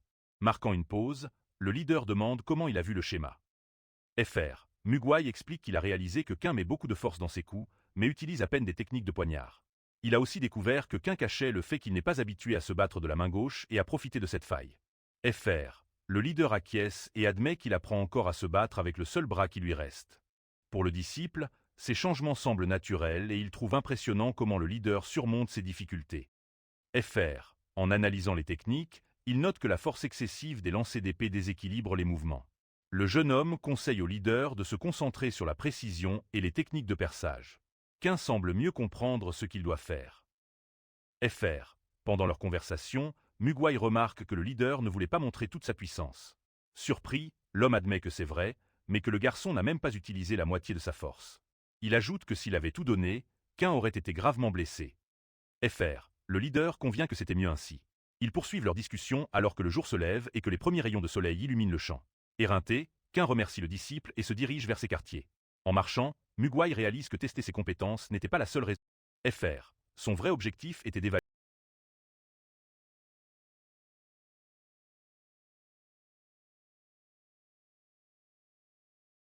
Fr. En réfléchissant, le jeune homme comprend que Kang sait qui est l'assassin et connaît son pouvoir, probablement depuis longtemps. Le vieux monstre aux 1000 visages. Mugwai se souvient que c'était lui qui a créé la légende de l'assassin démon. Fr. Habile en déguisement, peu de gens ont vu son vrai visage. Il tuait les chefs de petites sectes pour prendre leur place et leur identité. En s'infiltrant dans les clans, il provoquait des conflits sanglants et détruisait des vies, causant des souffrances pour le plaisir. Fr. En revisitant ses souvenirs, le disciple se souvient de son affrontement avec le monstre déguisé en Jiao. Bien qu'il l'ait blessé, ce n'était pas suffisant. Le monstre s'est échappé et est resté caché longtemps. Des rumeurs disent qu'il est revenu, mais le récent meurtre semblait différent. Fr. Le disciple fixe l'horizon, perdu dans ses pensées. Que ce soit un assassin ou le démon, le mystère demeure. Ce qui est sûr, c'est que le leader de la secte de la lumière radiante sait quelque chose d'important qu'il ne révèle pas, d'où son anxiété. Fr. En essayant de relier les dieux, Mu aurait pensé qu'il était impossible que le monstre ait vécu si longtemps, donc l'assassin doit être l'un de ses disciples. Plus mystérieuse que son identité et son pouvoir. Fr. Agité, le jeune homme sent qu'il doit se rapprocher et pense que le meilleur moyen est de rencontrer la personne chargée de le trouver. Absorbé par ses pensées, Mu conclut que tant que ce n'est pas un ancien, il peut vaincre l'assassin. Fr. Au final, il réalise qu'il serait mieux que le Zhang et la secte gèrent cela sans lui. Cet après-midi, les disciples de Zhang poursuivent leur quête. L'un d'eux remarque des marques d'épée au sol. Leur leader pense que c'est une preuve qu'il se rapproche de l'assassin et leur ordonne de rester vigilants. Fr. Le groupe avance sans crainte, se préparant au pire. Le chef d'équipe ressent la présence de l'assassin. Quelqu'un les observe depuis le toit, Mui, qui a mis son plan à exécution. Il peine à croire qu'ils ne sont que 3, plus un homme âgé. Fr. D'après son expérience, il sait qu'il est dans de beaux draps. Les disciples de première génération ont la priorité. Parmi eux, un seul doit devenir le chef du clan ou de la secte. Le jeune lui est Zhou, le saint épéiste, est le favori de la secte de Mount Hua. Fr. La secte de Zhang est l'une des plus célèbres de Shaanxi et a son propre favori parmi les jeunes disciples. Mais qui est ce grand disciple dont la renommée grandit sans que personne ne connaisse son nom? Une jeune femme sourit, célébrant la découverte d'un artiste martial. Elle se présente comme Ilmu de la secte de Zhang. Fr. Les autres du trio se présentent comme Ilsun et Ilin. Respectueusement, Mui fait une révérence et dit avec humilité que c'est un honneur d'être en leur présence, malgré sa position inférieure. Fr. Qin est présent et convoque tout le monde à une réunion, précisant que cette rencontre n'était pas prévue. Il m'eût dit qu'il parlait de l'assassin et que le leader voulait attendre Mui pour demander un peu d'aide supplémentaire. Fr. Il m'eût explique qu'il y a 5 assassins en liberté, dont 2 ont été tués. Le leader, inquiet, dit qu'il se déguise et se sépare, rendant la chasse plus difficile. Fr. La seule aide vient d'une substance créée par le chef de secte, permettant aux disciples de suivre l'assassin. Cependant, cela ne résout pas le problème. Ils ont détecté l'odeur de jus de fraise, mais ne peuvent pas en trouver la source. Qin est choqué de réaliser que le clan a été amené ici. Fr. Le disciple confirme qu'il y a au moins un assassin près des terrains de la secte de la lumière radiante. Bien qu'elle ne puisse pas dire qui c'est, elle ne l'aidera pas à le découvrir. Le leader propose son soutien, mais ils doivent d'abord identifier l'imposteur. Fr. Ils découvrent que lors de leurs enquêtes, ils remarquent qu'à chaque scène de crime, il y a des bouteilles vides d'alcool, les amenant à croire que l'assassin est un gros buveur. Pour le jeune disciple de Mount Hua, le fait qu'ils ne s'inquiètent pas de laisser des traces prouve leur arrogance. Le plan est d'organiser une fête avec beaucoup d'alcool. Si le coupable est si arrogant, il réagira sûrement à cette provocation. Rassembler tant de gens pourrait aussi servir d'appât. Elle sort une capsule de gaz soporifique de son vêtement. Une fois l'assassin identifié, ils endormiront tout le monde pour isoler la cible. Qin est d'accord et dit qu'ils doivent exécuter la stratégie immédiatement. Il annonce qu'il fera une grande fête ce soir. La pleine lune brille dans le ciel sombre. Jars ou Sojut et Mokoli sont sur les tables. Un énorme poulet rôti orne la table. Qin porte un toast en l'honneur des disciples de Mount Hua et de Jars. Tous lèvent leur coupe avec enthousiasme, buvant de grandes gorgées. Quelqu'un crie pour une autre bouteille. Mui regarde le festin devant lui, rempli de nourriture. Mal à l'aise de faim, il se dit qu'avec une fête comme ça, personne n'oserait ne pas venir. Puis il reprend le contrôle, pensant qu'il vaut mieux ne pas céder à ses désirs pour ne pas être suspecté. Mais son ami boit aussi comme un fou. Ne pouvant pas participer, il observe avec un brin d'envie, remarquant l'autre table où se trouvent les jeunes disciples de première génération. La guerrière le remarque et lui sourit discrètement. Mui ne rend pas son sourire, trop préoccupé par le fait qu'ils ne doivent pas non plus soupçonner son groupe. Il ne supporte pas non plus l'habitude.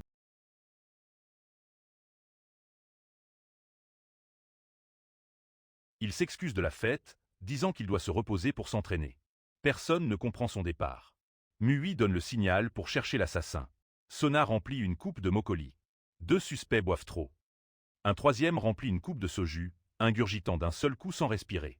Le gaz soporifique est libéré par les disciples et les gens s'effondrent.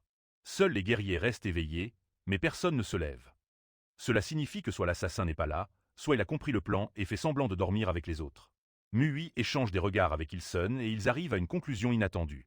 L'assassin ne peut être que le leader de la secte de la lumière radiante.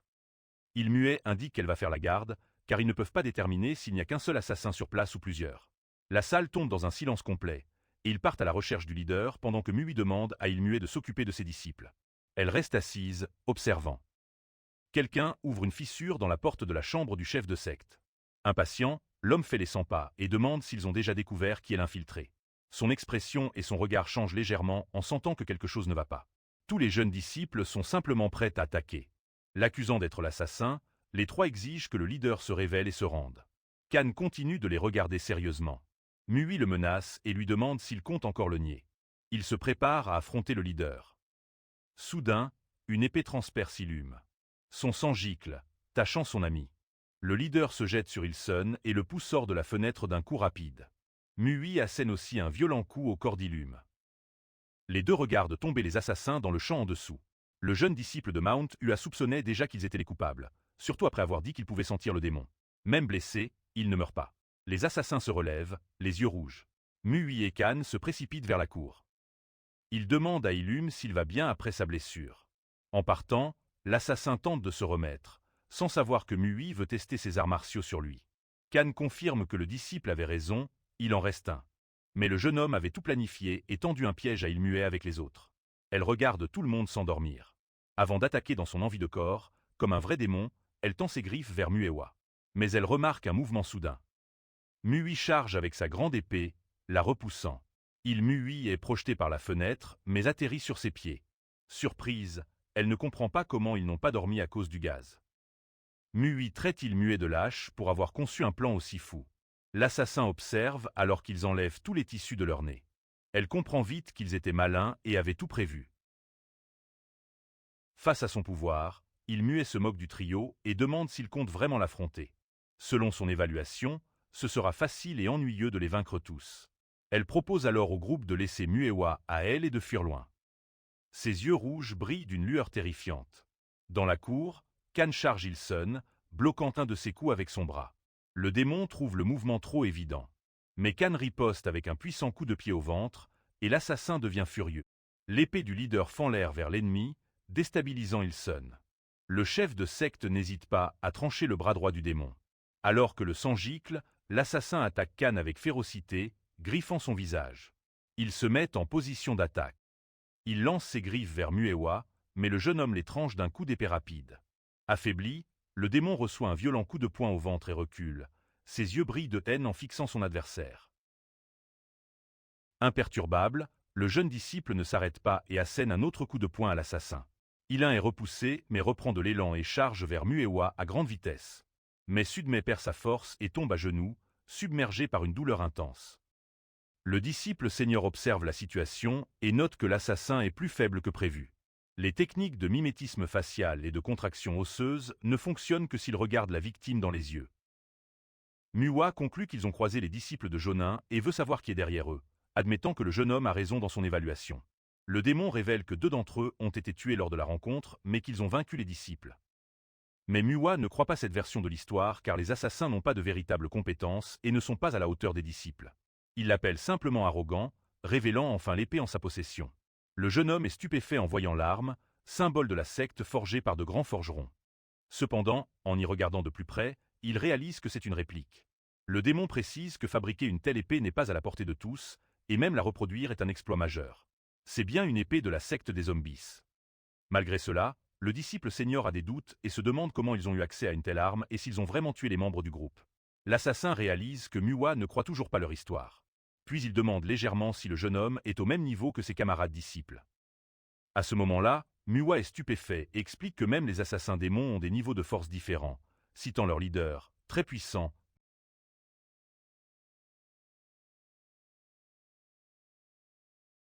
Dans un accès de rage, Muwa se blesse gravement avec l'épée. Il se précipite en voyant son ami mourir. Kang ne comprend pas pourquoi le jeune homme a détruit le démon si vite. Les règles de la cour ressemblent à un ballon de foot. Le leader de la secte de la lumière radiante a du mal à croire la technique du jeune homme. Avant qu'il ne puisse parler, Muwa s'enfuit désespérément, courant contre la montre. Regrettant d'avoir perdu tant de temps à tester ses arts martiaux au lieu d'aider son groupe, il sait qu'il doit se dépêcher pour éviter le pire car ses disciples sont en danger. La grande épée est teintée de rouge. Muwa, Mushil et Jumin sont presque morts et l'assassin porte leur corps. Avec un regard démoniaque, elle déclare que 2 d'entre eux pourraient encore survivre. Les 3 fixent la fille. Muwa annonce qu'elle attaquera en premier, puisque les assassins l'apprécient. Elle charge vers la jeune femme, qui se défend aisément. Avec une force incroyable, elle repousse Muwa. Soudain, un autre membre du groupe arrive. Il descend et atterrit devant elle, saisissant son épée pour frapper. Elle se baisse et évite le coup. Maintenant, c'est son tour de se battre. Avec son épée, elle blesse le jeune homme, qui est projeté en arrière. Soudain, quelqu'un appelle son nom. Elle s'arrête, cherchant d'où vient la voix. Ses yeux sont rouges de fureur. L'appelant panique, déjà plein de regrets. Son rival désire un vrai combat, mais celle qu'il appelle est perdue. Puis, un vieux souvenir émerge. Quelqu'un est à terre, attaqué par une silhouette masquée. Cet inconnu n'avait aucune chance, et le masqué se réjouit de son acte. Sous une table, une fille essaie de ne pas faire de bruit. Ses yeux sont pleins de larmes. Dans le présent, une fille reçoit un coup de poing au visage et est projetée au loin, s'écrasant au sol. La fille démoniaque la regarde, légèrement confuse. Elles échangent des regards effrayés. Momo décide de foncer à nouveau sur son rival. Mais son ennemi saisit l'épée et tente une autre attaque. Momo ne sait pas comment réagir et reçoit un coup dans le ventre, ce qui lui fait très mal. Son rival l'attrape par les cheveux, et un autre membre du groupe essaie de l'attaquer. Chargé de toute sa force, le jeune homme saisit son épée avec détermination et la pointe vers l'ennemi. Mais son rival est plus rapide et le blesse gravement. Sa compagne, horrifiée, n'arrive pas à y croire. Soudain, son jeune moi apparaît à ses côtés, suppliant de ne pas prendre de risques. La petite fille dit qu'aucun monstre ne peut être vaincu et que la seule option est de fuir. Elle ajoute que c'est pour ça qu'elle a ignoré tant de choses dans sa vie. Elle n'a jamais assez entraîné, se concentrant sur sa survie. Cela lui est déjà arrivé. Elle n'a plus ce courage. Maintenant, au lieu de se battre, elle doit prendre une autre décision. Mais soudain, Mushul apparaît. Même blessé, il n'a pas abandonné et dit que cet adversaire est plus fort que leur disciple. Il dit à Mushul de partir chercher des renforts, car il tiendra aussi longtemps qu'il le pourra. Leur adversaire le trouve têtu. La fille pense que fuir serait logique, mais quelque chose cloche. Elle ne comprend pas comment tout le monde continue à se battre après tant de pertes. Elle revient à ses pensées d'entraînement, doutant de ses capacités. La proposition de Mushul lui a apporté du soulagement, pas de colère. Elle ne saisit pas pourquoi elle hésite encore et se souvient de son entraînement avec le protagoniste. Selon lui, Mushul s'auto-sabote. Il dit qu'elle a enterré ses peurs dans le passé et ne peut pas y faire face aujourd'hui. Il lui demande de se rappeler la première fois qu'elle a tenu une épée. Elle essaie de s'en souvenir et retourne à son passé. Elle est de nouveau sous la table, cachée, regardant un membre de sa famille se faire blesser. La créature armée sourit de satisfaction, et elle se souvient d'être seule dans cet endroit terrifiant. Pendant l'attaque, personne ne pouvait agir, juste se cacher. Résister était inutile. La petite fille a vu sa famille se faire détruire. Pourtant, elle avait peur et trouvait cela pathétique. Pour combattre avec courage, elle a décidé d'apprendre les arts martiaux. En s'entraînant, 2 de ses peurs se sont estompées. Elle était devenue une nouvelle personne, ayant vraiment surmonté ses limites. Mais elle hésite encore, sentant qu'elle n'a pas assez entraîné. C'est pourquoi Mushul manque de courage.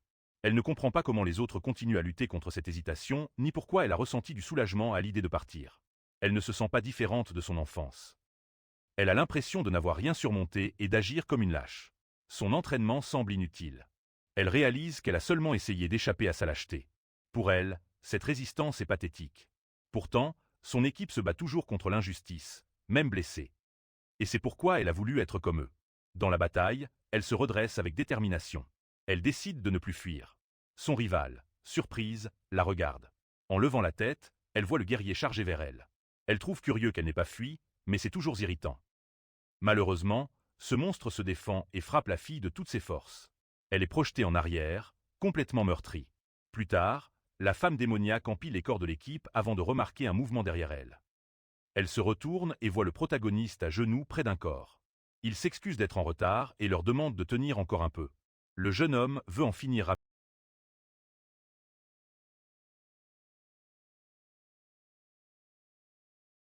Elle dit qu'elle n'aime pas trop les hommes, mais affronter un homme aussi audacieux et courageux l'excite. Elle espère qu'il ne la décevra pas. Le guerrier sait qu'il ne doit pas la sous-estimer et doit finir rapidement en se concentrant sur ses attaques. Et la première technique qu'il utilise est l'épée de rêve. La femme est projetée en arrière et blessée. Elle s'excite en voyant qu'il est audacieux et habile. Le guerrier fonce sur elle avec toute sa force, prêt à l'attaquer. À ce moment-là, elle comprend qu'elle est dans le pétrin. Il utilise soudain la paume de la fleur tombante et l'attaque sans relâche. Elle joint ses paumes pour activer son pouvoir et, juste avant qu'il ne frappe, elle réussit à l'arrêter. Puis elle projette le guerrier au loin, le surprenant. La femme se redresse et l'observe, puis se penche dans sa posture sinistre. Le jeune homme tient son épée avec détermination. Le monstre se régale, mais lui veut juste en finir. Maintenant, la bataille devient plus dangereuse et intense. Chacun donne tout. Le sabreur tient bon, contre-attaque avec détermination et surveille les mouvements de son rival. La femme est repoussée, mais bloque son coup puissant. Puis, elle frappe le protagoniste. Il titube en arrière, gravement blessé. Il jette un coup d'œil à la femme, calculant son prochain mouvement. Avec détermination, il saisit son arme et l'attaque. Son coup est si puissant que la femme est projetée en arrière. Le jeune homme la suit et le combat se poursuit. D'en haut, un guerrier observe. Maintenant, il voit où Rumui a été tout ce temps. Il réalise qu'il ne peut pas aider dans son état. Il doit plutôt secourir les autres disciples de Monhoa. L'ennemi utilise maintenant une technique différente, envoyant des faisceaux de lumière vers lui. Tous deux sont dans la forêt, se battant avec détermination. Le sabreur utilise des techniques puissantes et frappe la femme avec son épée. L'atmosphère est tendue, l'énergie fuse partout. Le guerrier court vers son rival, et la femme est impressionnée par la facilité avec laquelle il a détruit sa technique. Soudain, elle ressent de la peur. L'environnement change et une fumée rouge s'élève autour d'elle. C'est une nouvelle capacité qui se libère. L'atmosphère engloutit la zone, et malgré sa blessure, elle trouve tout cela vraiment cool. Elle riposte avec sa technique puissante. Le jeune sabreur est projeté en arrière, mais il utilise cet élan pour se relancer en avant et contre-attaque avec son épée. La femme esquive le coup en souriant. Moonwet a hâte de terminer ça. Ce coup lui arrache un membre. Il donne un coup de pied à la femme blessée, qui est projetée en arrière. Elle réalise qu'elle a un gros problème et dit qu'elle ne trouvera pas cela amusant s'il continue ainsi. Mais le protagoniste ne perd pas de temps et charge à nouveau. La femme est à terre. Le sabreur l'observe. Incroyablement, elle se relève, regarde derrière elle et utilise son pouvoir pour le frapper. Cela lui coûte presque un membre, ce qui l'effraie un peu. Il sait qu'il doit rester vigilant. Pour la femme, son énergie dépasse celle du protagoniste, ce qui lui assure la victoire. L'empêcher d'agir l'amuse. Il comprend qu'il doit mettre fin à cela et décide de lancer son attaque finale. Elle est stupéfaite par son acte. Son épée transperce son corps. La femme démoniaque est violemment projetée en arrière, mais elle essaie de se maintenir au sol, blessée, tentant de comprendre ce qui vient de se passer. Tout son jus de fraise est maintenant répandu sur le sol. À genoux, elle comprend que l'épée scelle son destin. Elle examine ses blessures, trouvant la situation étrange et terrifiante. Elle ne saisit pas comment elle en est arrivée là, elle voulait juste s'amuser. Le protagoniste vérifie son bras, tandis qu'elle trouve tout cela un peu amusant. Elle commence à accepter sa défaite. Le guerrier demande s'il reste d'autres monstres comme elle. Mais non, ils sont tous morts. Apparemment, ils auront encore des problèmes avec des gens comme ça. L'avertissement dit que les assassins ne s'arrêteront pas, même si les disciples du monstre à 100 visages sont éliminés. Le sabreur demande si cet homme est vraiment mort. Elle sait qu'il n'est jamais réapparu en public, donc il doit l'être. En réalité, il est en isolement pour devenir plus fort. Le guerrier tord l'épée dans la femme pour lui infliger plus de douleur. Le démon crie de désespoir et le protagoniste exige qu'elle lui révèle tout ce qu'elle sait. Il veut connaître l'identité de ce monstre à 100 visages. La femme répond qu'il n'y a rien à dire, son maître étant à un endroit secret. Elle jure qu'elle dit la vérité, mais n'a aucune raison d'être honnête. Voulant en finir vite, le jeune homme utilise l'épée pour lui infliger plus de douleur. Elle, qui aime la souffrance, sourit. Elle est alors complètement vaincue et s'effondre. Bientôt, L'aube se lève et une des disciples commence à se réveiller, surprise. FR. Son corps la fait terriblement souffrir après le combat. À ses côtés, le protagoniste lui dit de faire attention à ne pas se blesser davantage. Elle le regarde et demande ce qu'il est devenu des assassins de la nuit précédente. Le sabreur lui répond de ne pas s'inquiéter, il s'est occupé d'eux. Tout le monde va bien. FR. Il lui dit de boire quelque chose pour se rétablir. Elle le fait calmement. Ensuite, son seigneur s'excuse, ne s'attendant pas à ce que le rival soit si fort. Son compagnon pour FR. En tant que seigneur, c'est sa responsabilité. À son retour à Monthua, il démissionnera, ayant déjà informé tout le monde. Mochil dit qu'elle est la seule à avoir affronté les assassins. Comme il est tard, il ne veut pas entendre les détails. FR. Dans ses souvenirs, nous revenons à la scène où elle chargeait un rival. Son ennemi a contre-attaqué, touchant son cœur. Cela lui a fait mal. Son épée est tombée. Son ami observait. Soudain, il s'est levé, surprenant l'ennemi. Le protagoniste écoute chaque détail de cette FR. Mochil trouve tout cela ridicule, mais pour le sabreur, rien n'a plus d'importance. La jeune femme, elle, pense qu'une petite action peut vraiment changer les choses. Pour lui, elle est ainsi car elle vient de se battre contre un adversaire redoutable. FR. Tôt ou tard, cela pourrait se reproduire. Elle doit arrêter de ressasser le passé. La conversation a assez duré. Son seigneur l'appelle et lui demande où ils vont. Le guerrier dit qu'ils vont s'entraîner, mais elle répond qu'elle est trop blessée. FR. Mais pour s'éloigner, c'est le moment idéal. Soudain, elle se retrouve dans un lac chaud et apaisant. Ses compagnons sont là, parlant de combien il est agréable de prendre du temps pour eux. Moublo se détend aussi. Ils sont sûrs qu'elle passe un excellent moment. La vidéo se termine ici.